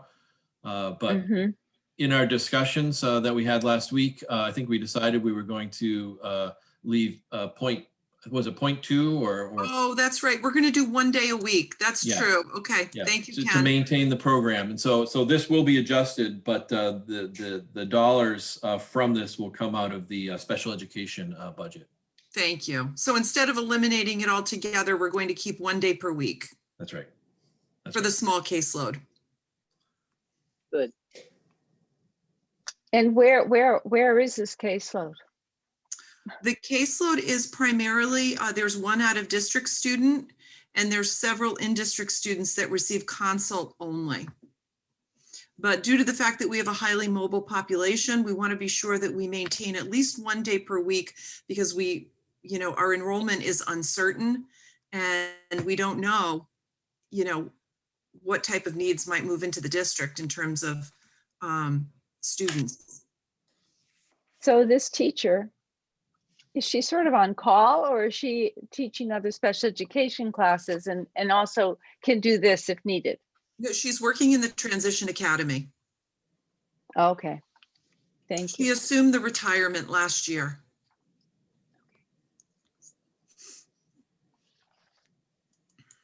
Any other questions? If not, we're going to move on. All right, so we'll stay with special education, and we're going to go to 5-56. We will revisit these pages on a future meeting. 5-56, where are you? Hearing impaired. So this is function 1280, hearing impaired. Okay. So currently we have 1.0 FTE teacher of the deaf. She services students throughout the district, pre-K through grade 12, who have significant hearing impairments. She's our expert in terms of audiological equipment and evaluations. She's also an expert in American Sign Language, and she teaches one course at Fitch High School in American Sign Language. So on the next page, 5-57, you can see salaries and wages. She does have money in her budget for repairing equipment. This is generally hearing aids, microphones that the teachers wear, and receivers. All of the equipment that we utilize for students who have hearing impairments is Bluetooth. And there are times when microphones get dropped or receivers break or the ear molds for the students crack, and we need to have repairs to that equipment. She also has travel in her budget because she is itinerant.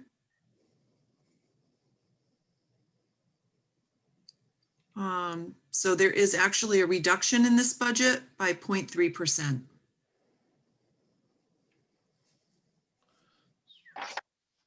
Are there any questions? All right, moving on. Right. 5-562. So we do have Carrie Carter here if we wanted to switch over to our high school completion program.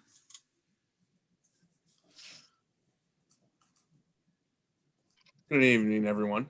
Hey, Carrie. Members of the board and Susan. I'm Carrie Carter, the co-director, along with Allison Lubes for our continuing diploma program. Just a quick background about the program. We have continuing diploma where students are earning credits towards their high school diploma. Also, GED and ESL as part of that, along with New London, who oversees those two portions along with all the data management. We currently have Allison and I running the program with 12 part-time teachers, most who are also full-time teachers in Groton, along with 2 counselors and 2 part-time secretaries. The program operates 2 semesters in the fall and spring on Mondays, Tuesdays, and Thursdays from 5:30 to 8:30. And currently students have to complete 22 credit hours in order to be eligible to receive their diploma. And they get one from Groton and Evening Division. And we're in the process of increasing that limit per the state's recommendation to 26 credits by 2023.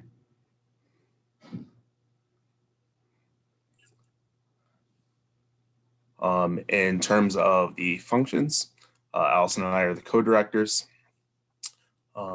We have, again, the 12 part-time staff and the 2 clerical.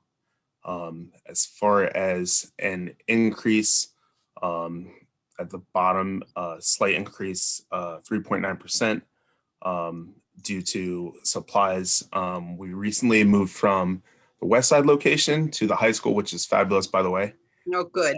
I was going to ask. It has worked out great being having kind of our own entrance.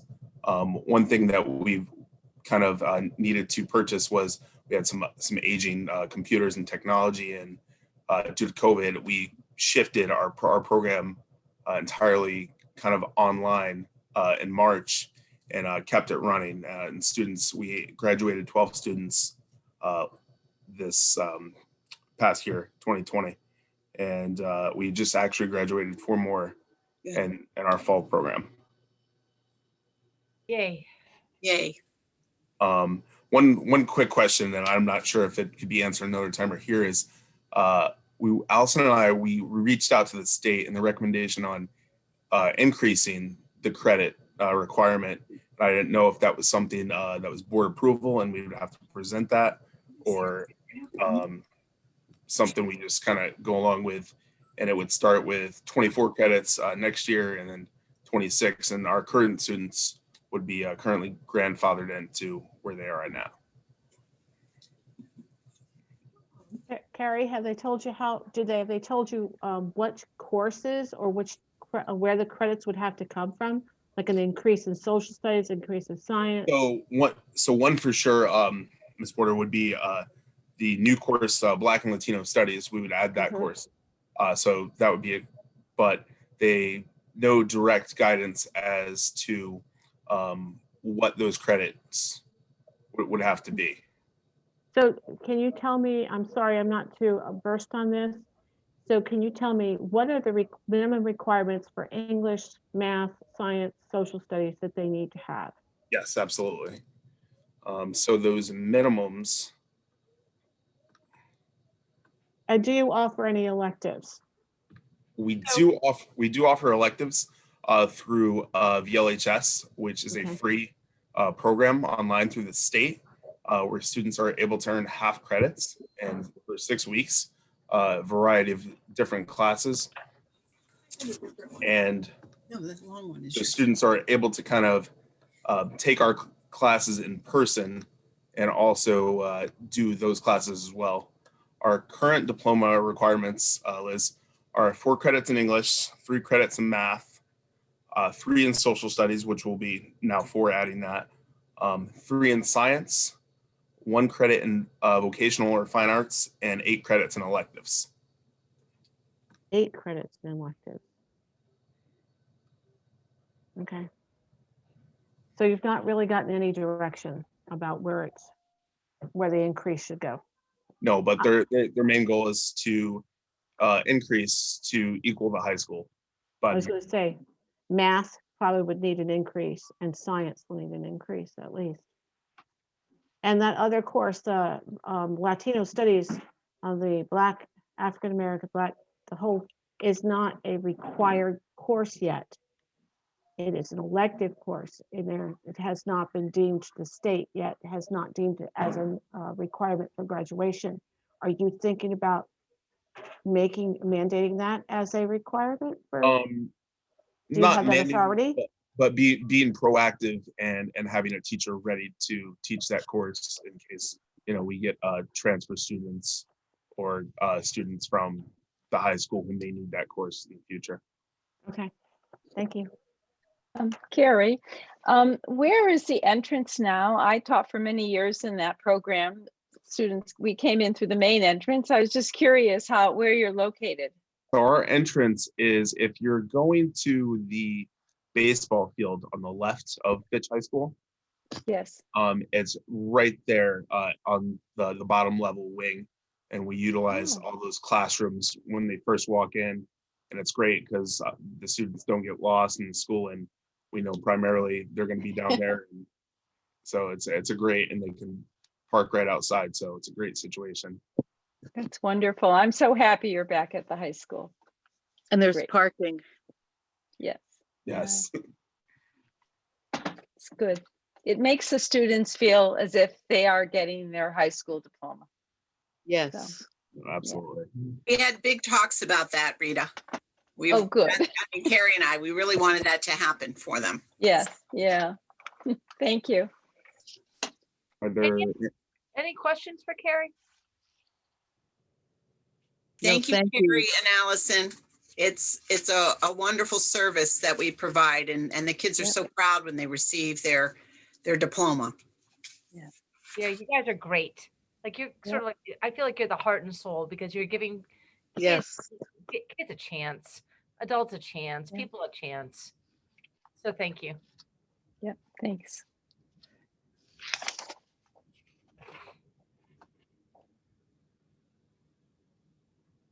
Where to next? All right, let's move on to 5-60.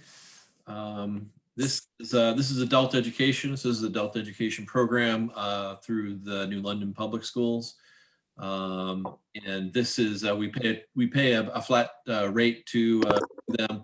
It's been $207,000 for the past couple of years.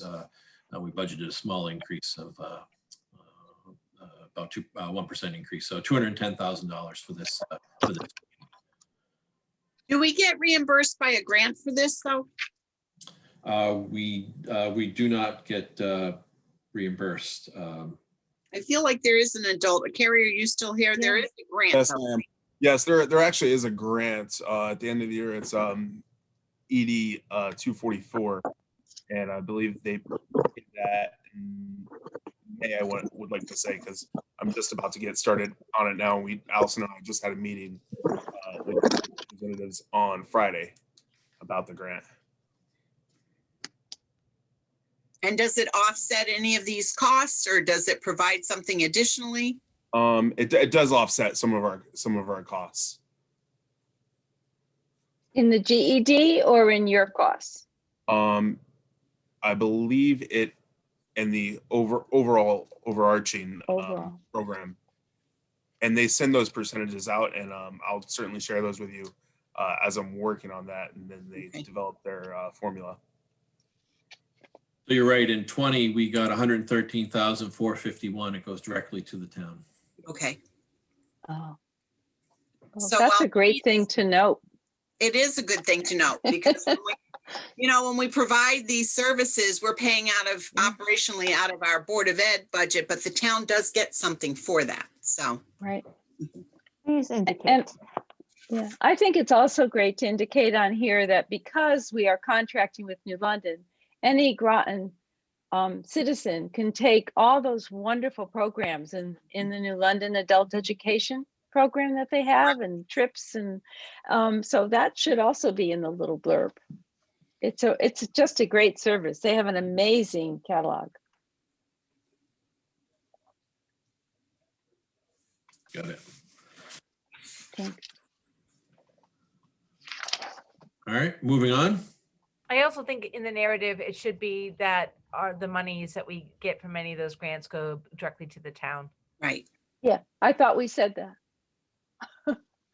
You might have. I'm a little slow to the. I made a note. I got it.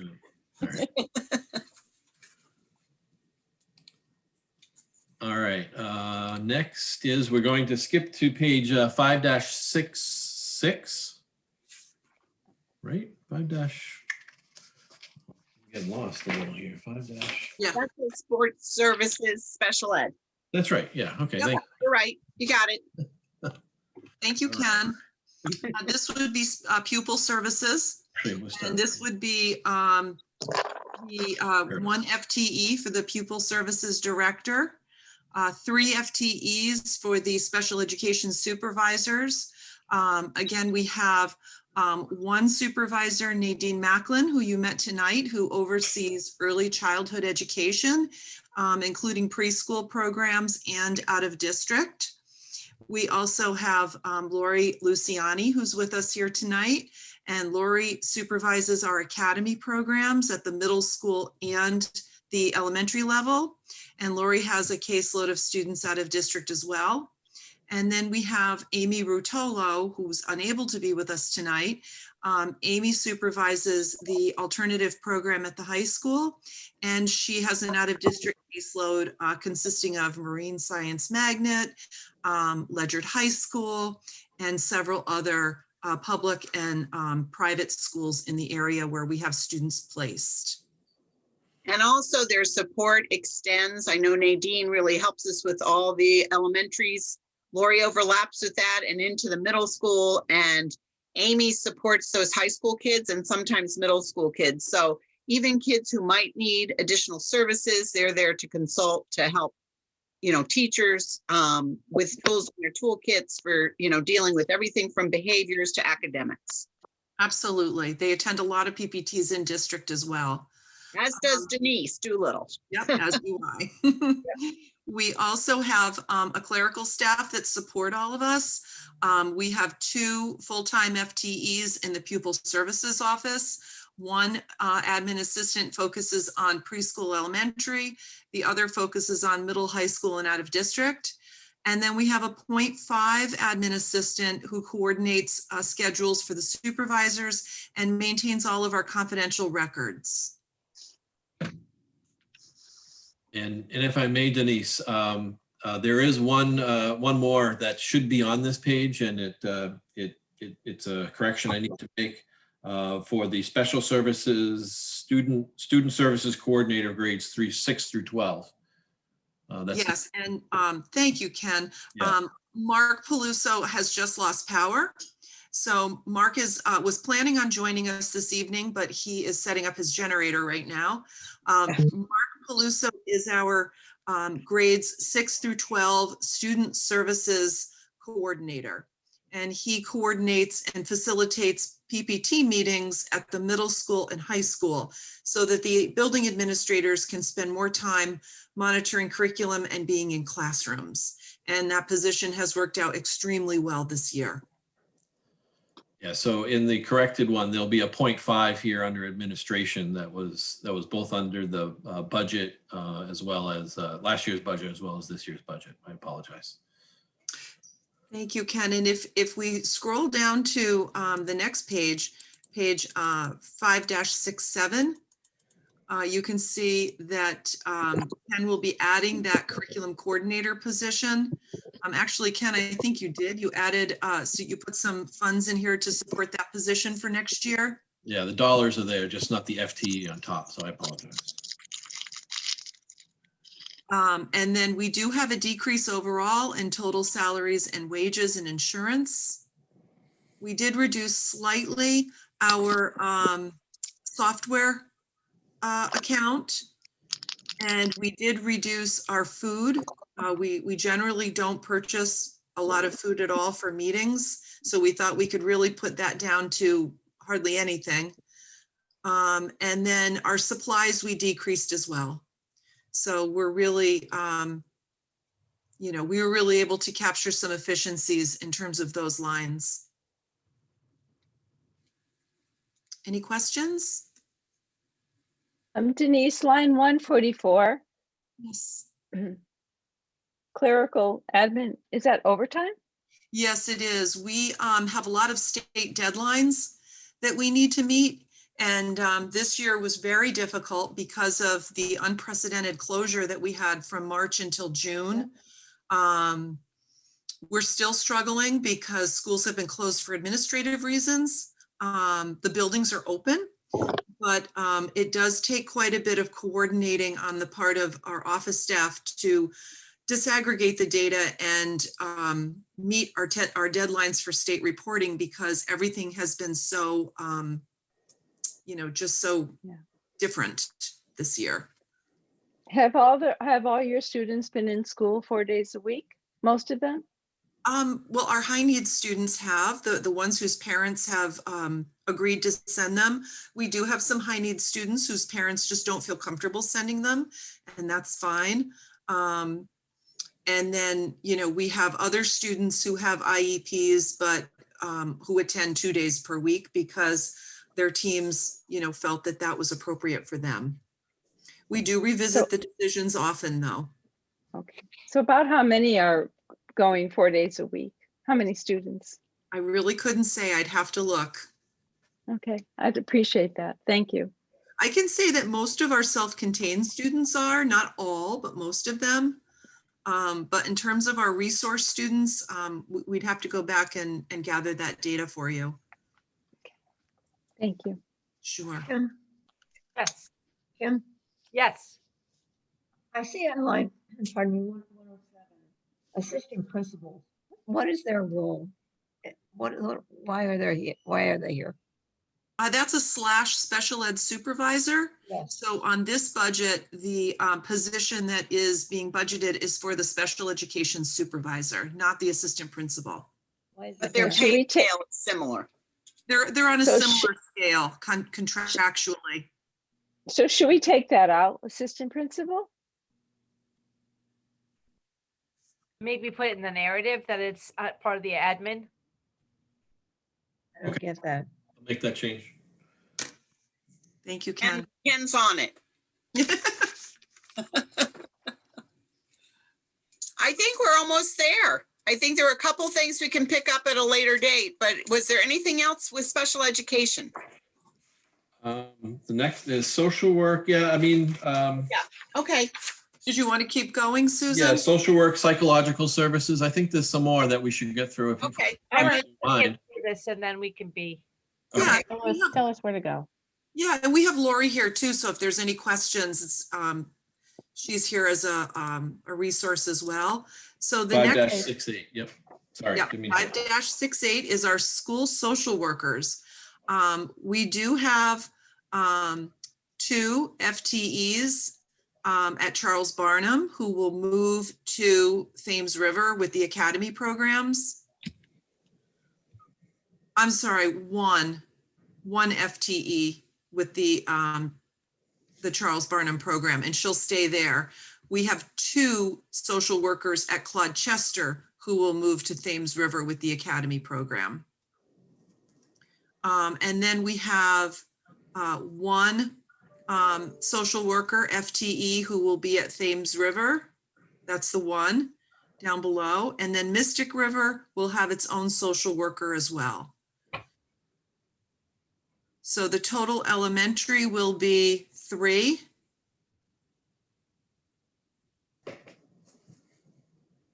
Actually, I think that should be 4, Ken. Yeah, we had discussed that. We have to Okay. review these, the number of FTEs here.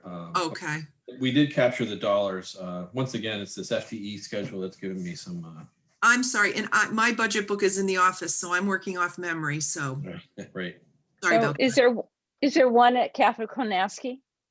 Well, that's what I was going to talk about next. We have several that are paid for out of grants. And yes, there's 1 social worker at Catherine Kolnaski and 1 at Claude Chester who are paid for out of title grants.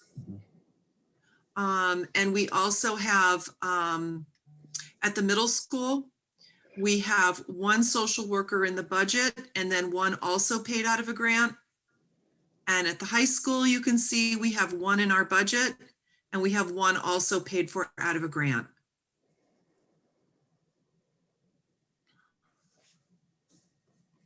Liz, well, Liz? Yeah, I'm just, I'll be honest with you, I'm really concerned about the health and well-being of our kids. And as I know we all are. And I know that we're really trying to keep this budget thin. We're trying to be cognizant. But if there's any place that we can increase, I really think this is a place where we need to look to increase for mental health services for our students. Yeah, Because- actually, Liz, that was a really timely comment because next year, the only 2 schools that will not have a social worker for the general population will be Northeast and Charles Barnum. And Susan has talked about potentially using the CARES Act to provide a social worker for those 2 schools. So we hope to have social work support in every school next year. I think that needs to be a priority, in my opinion. It's just me, but I think that needs to be something we really need to look at. I also think you need to have an increase of at least 1 at the middle school and the high school. I agree totally. I- And I- will that will that be a shared job to the Well, 2 schools? Well, when we Or move one- on to the school psychologist budget, you'll see that we also have mental health support for students that's delivered through the school psychologists.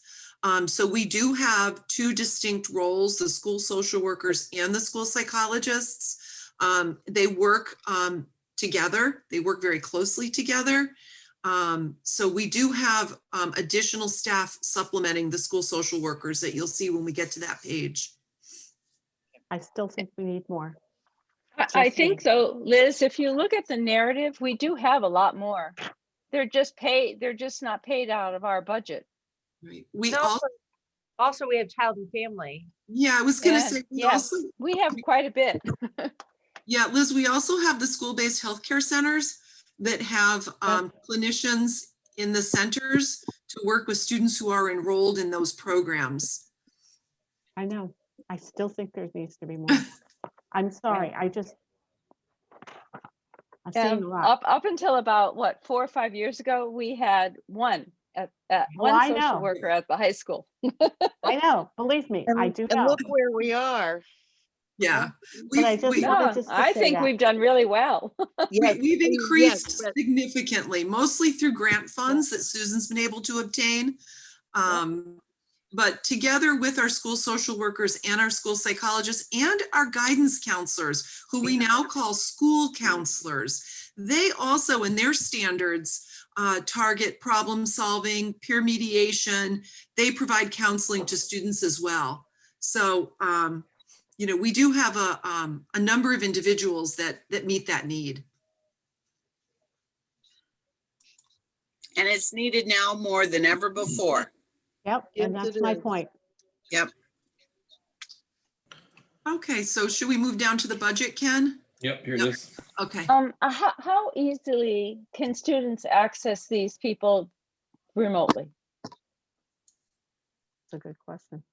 Well, the principals and the teams are very aware of which students are not engaging in their learning. And they, you know, work with their SRBI teams or their student assistance teams in order to provide support to students who need it. is They there a also way, are the is ones there a who way go we out. can make that accessible to students, like a Right. phone number or a number? They go beyond that. They actually go to homes with But administrators.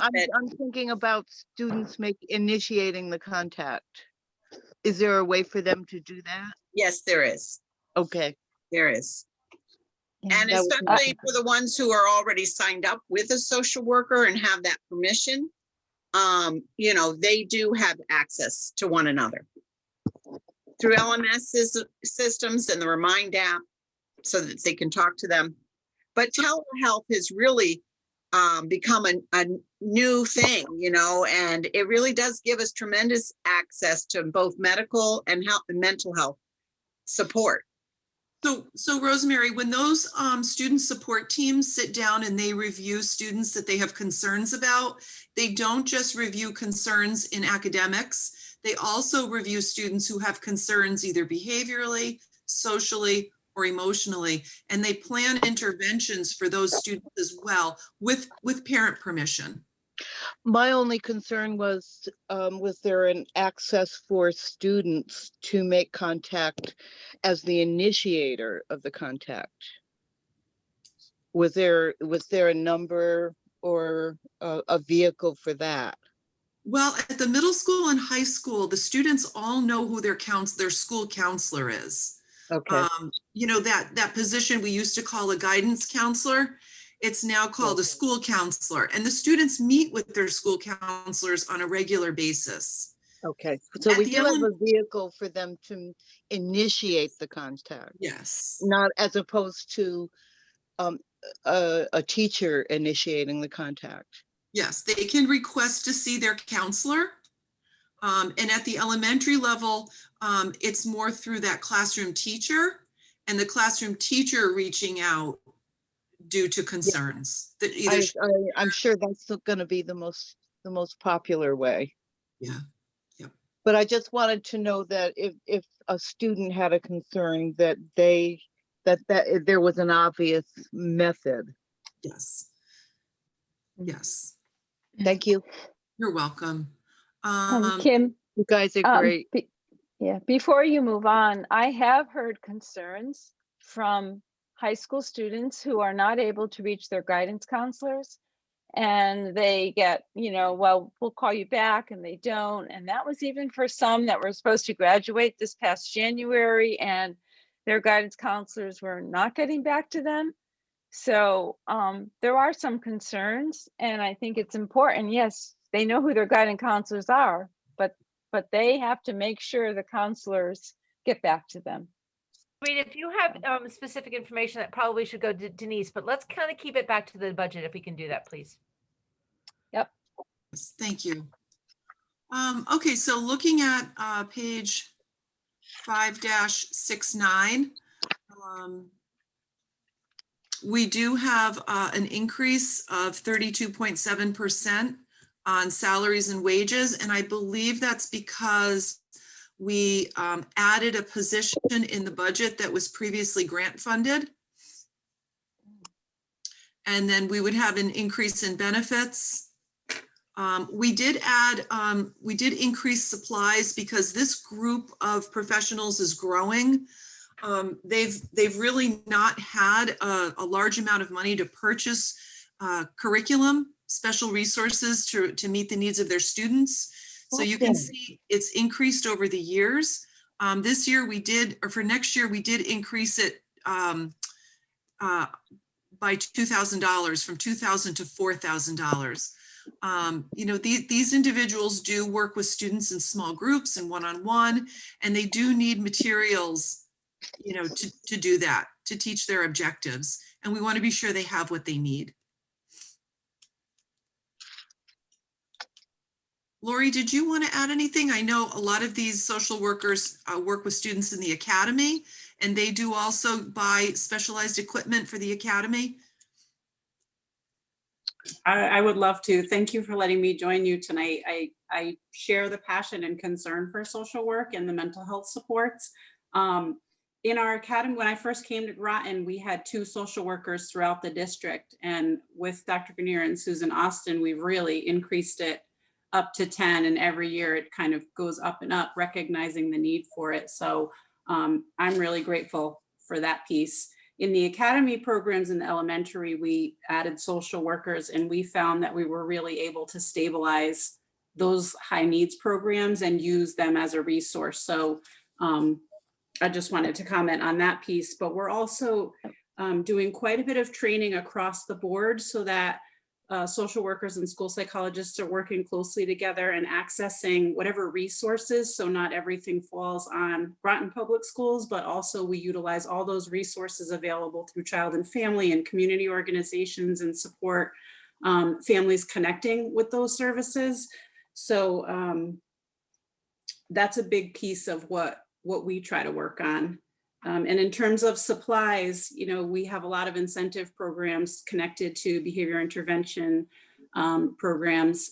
So we really try to be mindful to limit a lot of, you know, a lot of the incentives are really buying time with people and building that way. But we do need to sometimes provide incentives that really motivate children. And we want to stay on top of current curriculum, especially right now. There's a huge initiative for social emotional learning built in to the school day, you know, in a health curriculum, but also just built in throughout the day. So we're doing quite a bit of training to make sure we're staying current with the curriculums that are available right now to support disengaged students, anxiety, things related to the pandemic. Any questions? I said a mouthful in under 60 seconds, I think. Thank you, Lori. It's good to see you. It's good to see you. Thank you for letting me join. Thank you, Lori. That was perfect. Okay, thanks.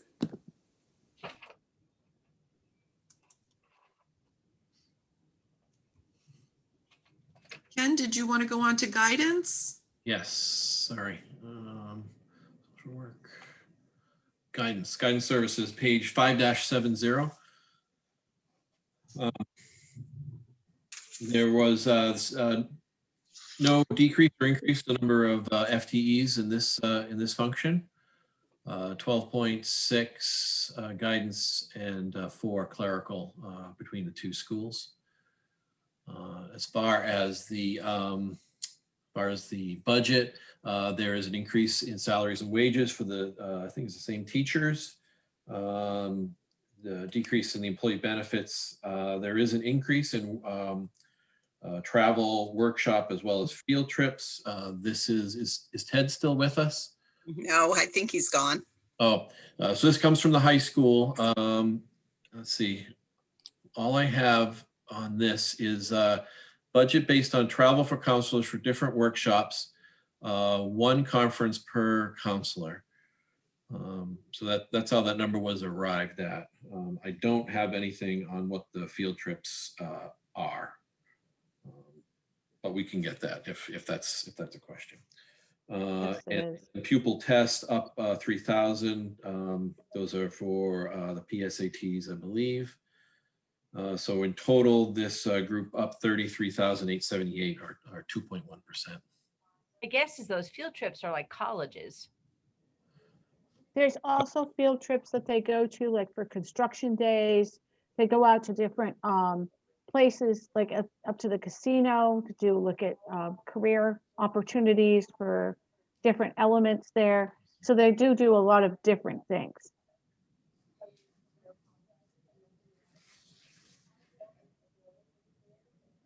I have a concern. I believe our guidance counselors, the ratio is 200 to 1, guidance counselor, 200 students to 1.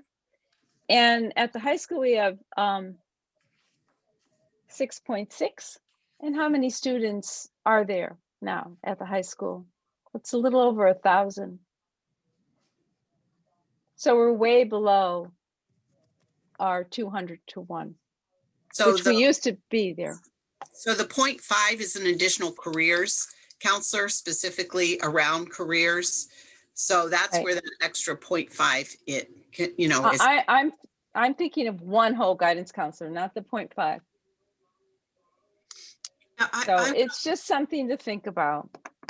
I would also add, Rita, that some of the duties that the counselors do, I work directly with them regarding Section 504. They are the case managers for the Section 504 students. So they do participate in annual training. They chair the 504 meetings, they schedule them, and they create the plans. They also distribute plans. They meet with teachers to be sure they understand the accommodations. They also attend PPT meetings. They deliver reports at PPT meetings in terms of progress. They obviously work with us on scheduling.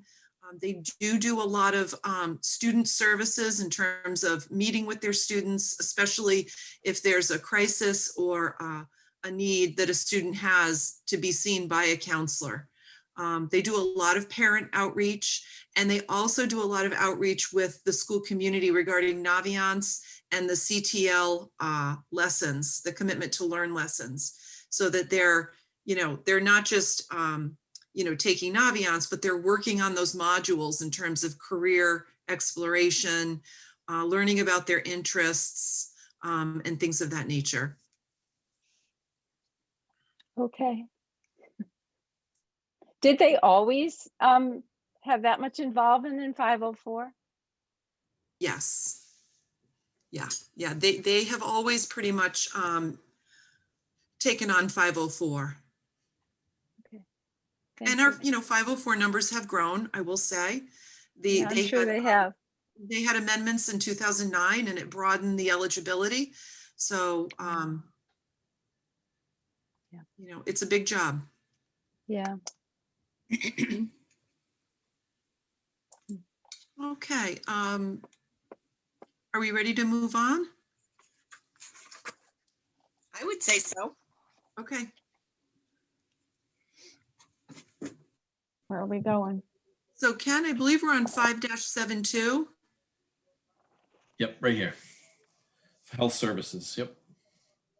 And I believe that this is a 0.5 para to help out in the nurse's office. That's right. So this would be a 0.5 health aid at the high school in the nurse's office. The high school is impacted a little bit more than the other schools in their nurse's office because of the physicals.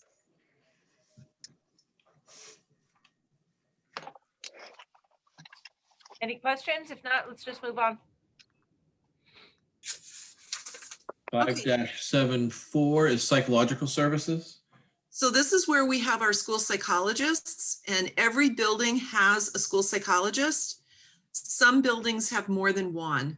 So for example, next year, Groton Thames River and Mystic River will have 1.5. So there will be a school psychologist that will split between the two new elementary schools, and she will mostly conduct assessments. And help support the PPT process. Correct. So there's no reduction at the elementary level. Groton Middle School has 3 school psychologists. One is dedicated primarily to their academy program that Lori works with. And then 2 work with students in terms of providing counseling, social skills, and assessments, and supporting PPTs.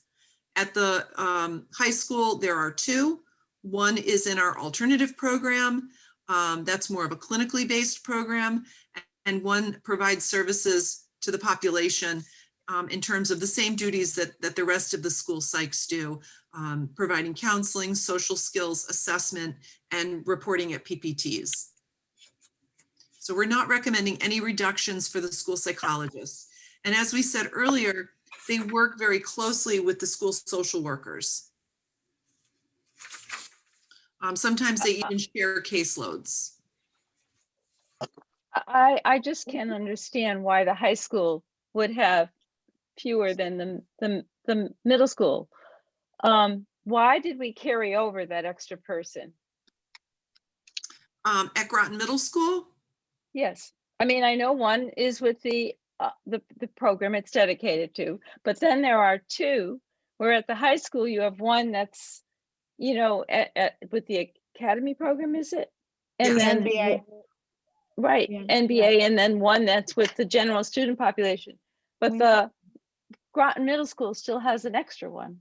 So generally, Rita, there's less testing at the high school level. By the time the students are at the high school, particularly 10th, 11th, 12th grade, we do far less psychological testing than we do in the lower grades. So, you know, generally the kids come to the high school and they've had 3 or 4 assessments throughout their school career. And we generally don't continue to do a lot of assessments at the high school. We do a file review. We do, oftentimes we'll do behavioral checklists and rating scales. But generally speaking, the testing is far less at the high school. Yes, but the need is greater. The Because need these is kids- greater, but we have, you know, we have the 6.6 school counselors, we have the social workers, and we have an alternative high school program that Amy supervises that meets the needs of 20 at-risk youth very successfully.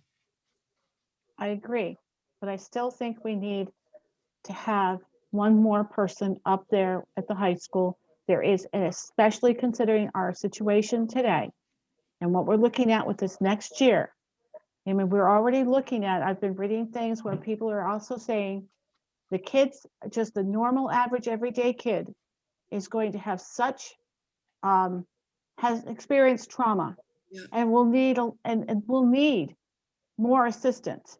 And I think we need to be ready to do that. I think we need to be planning for those types of things.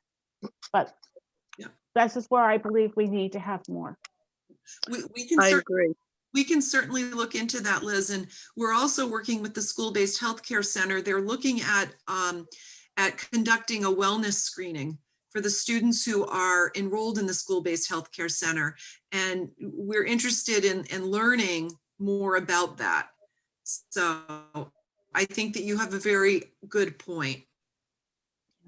Thank you. I mean, but Denise, from the time you started Yeah. here, or even the past 10 years, this has grown tremendously, the school psychologists. I mean, because they just mostly do testing. And now we have all the social workers. But I mean, this whole thing has really gone up. Well, in terms of cost. the school psychologists have grown, but the group that's grown the most is really the social workers. I realize that. I know that. So that's why I'm saying, do we need, you know, should maybe the one that's the extra at the middle school, do we need that person? Is it better, like we decided to start funding social workers, which we hadn't done for a long time? You know, I just want to make sure we're directing our money in the right way. Yeah, no, I completely understand. The school psychologists do quite a bit of assessment. They also deliver services to students. They deliver social skills instruction, they deliver counseling, and they're involved in crisis intervention. We also have a very detailed SRBI process with quality intervention for behavior. And it's a tiered program, and we've trained all of our school psychologists, our social workers. We have these crisis teams in place, and similar to the CST process too, where child study, where we could really help support kids, not only in academics, but also with their social, emotional, and mental health needs.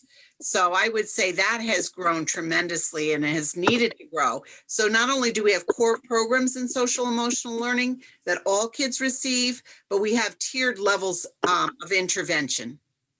So that has definitely been a change, Rita, I have noticed over the past, 5, 6, 7 years. So. I had one thing too, Rita. We have a behavior consultant, and because we were anticipating the two middle schools closing and kind of morphing together, we've used her to meet with our school psychologists and school social workers in the middle school program. And what she's done is really done an analysis of their positions and look at their actual service hours of their caseload, crisis hours, PPT time, prepping, writing reports. She's broken it down into some percentages. Peter Bass had asked us to work together to try to frame a really solid middle school mental health team. And we started with that. It's sort of twofold. It's really to look at, because your point is valid, is what do we need and where do we need it and how are we spreading it through the district? Right. So we looked at actual service hours and all the components of their position. We'd like to do it in the new elementary schools too. As we come together, we want to have solid systems in place. So we're looking at those pieces to figure out throughout the district, allocating resources appropriately. Middle school tends to be a pretty fiery place. Yes. So we know it gets real hot there. And then high school is a different kind of hot. So we are working with Mari Wrightington, and we've been meeting every other week with that team and updating Mr. Bass and the admin in the middle school. So just so you know, we are looking at that, and we'll continue to branch that throughout the district. That might be a good topic for the COW someday. Yes. Yeah. Who is this person that you're working with? Oh, her name is Mari Wrightington. She does she does quite a bit of our professional development. She has her PhD in school psychology. She has a consulting business. She's been a clinical director. So she understands the school psychologist lens, which works out great because my background is school social worker. So together we kind of are framing mental health. And her role is to train. So she's bringing us together and kind of keeping us up to date on current events, things that the trauma you're talking about, you know, that the average child and family are having. So I'd be happy to present, our findings and what we're doing over time so that we're allocating resources appropriately.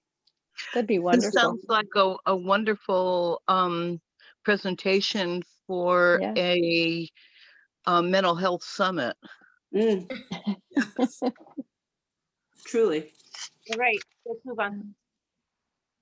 Thank you. Okay.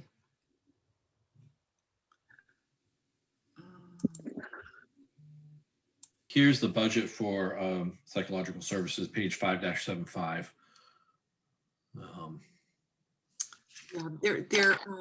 The primary driver is salaries, assessment, because obviously these individuals conduct individual assessments. We just talked about that quite a bit. And then they do purchase curriculum to work with their groups and their students. So very small increase, 0.2% overall. And then 5-76 is speech and hearing services. Yes.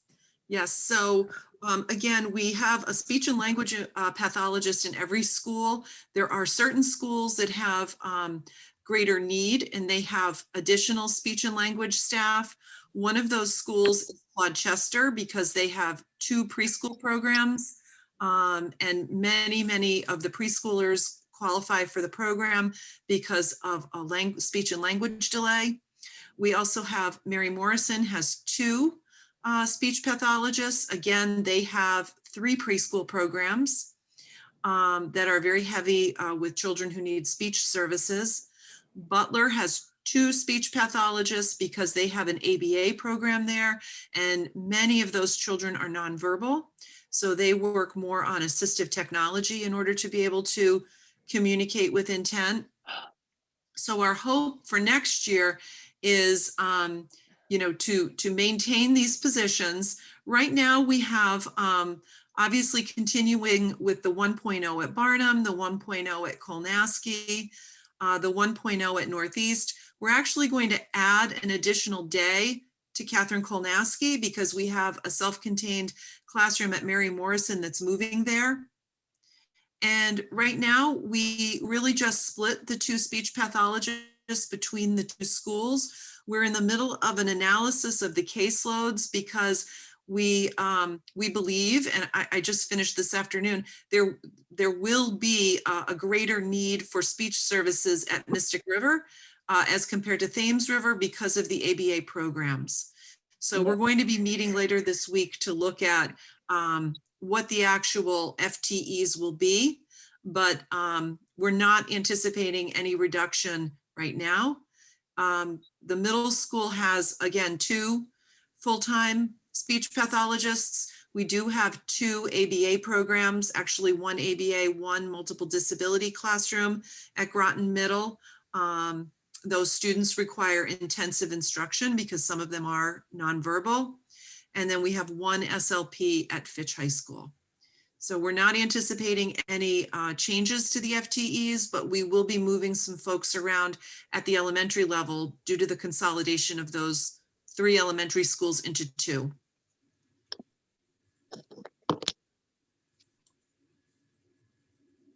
And then looking at the next page, page 5-77, we have a slight increase, 2.8% in salaries.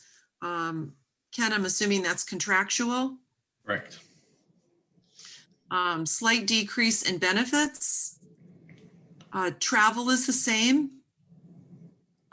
Their testing, they do conduct quite a bit of testing. Their testing budget remains the same, and their supplies are remaining the same. So overall, we have a slight increase, 0.9%, mainly due to the salary increase. Correct. Any questions? Yes. Denise, do we still have paraprofessionals that work with the students in terms of language? We did away, but we no longer, they're all certified now. Yes, they Thank are. you. We actually added, that's why you'll see that there's more than 1 SLP in certain schools. We increased our speech staffing to address the preschool programs and the ABA programs. So we have certified teachers working with the children, not speech paras or speech tutors. Thank you. Any other questions? Moving on. Well, that's That's it. For special ed. And Special I ed. think that we should probably take those couple other things that we missed and put it on the 8th. I think this board has worked very hard for 2.5 hours, and I really applaud you, because when we put this down on paper, I said, I don't know how long this is going to take us, but I certainly appreciate my staff being here and my colleagues being here to help explain. And I've got some good notes so that we can clarify some of those narratives. And certainly when this becomes the Board of Education's budget and we get our marching orders to what that should look like, you know, when we give it to the public, it'll have all those changes in it. Yay. Hey, listen, guys, And this was it good does work. help us as a board. Also, if does. we do have to make cuts, hearing from the staff is Right. so important. I So, agree. thank you. Yeah, thank you. I also, what I love about what we have done in the past several years is that our budget becomes our story, right? Mhm. Like we know now more about our services and what we do and what we don't do because our budget tells a story, which I think is a great way to kind of frame it. So at least that's been helpful for me. All right, listen, folks, good work. for all staff members who came and spent lots of hours with us, thank you very much. Once again, Lori, it was good to see you. It's been a while. And also Board of Ed members, thanks. It's good to see you. I haven't seen you in a little bit. So good night, everyone. Good night. Have a safe whatever. Because Yep. most of us are probably See you Wednesday. Good night. Thank you. Bye. Motion Thank to you. adjourn. Yay. Good night, Maybe Tracy. second or- all those in favor say aye. Aye, aye, aye. Yeah. There you go, Joan.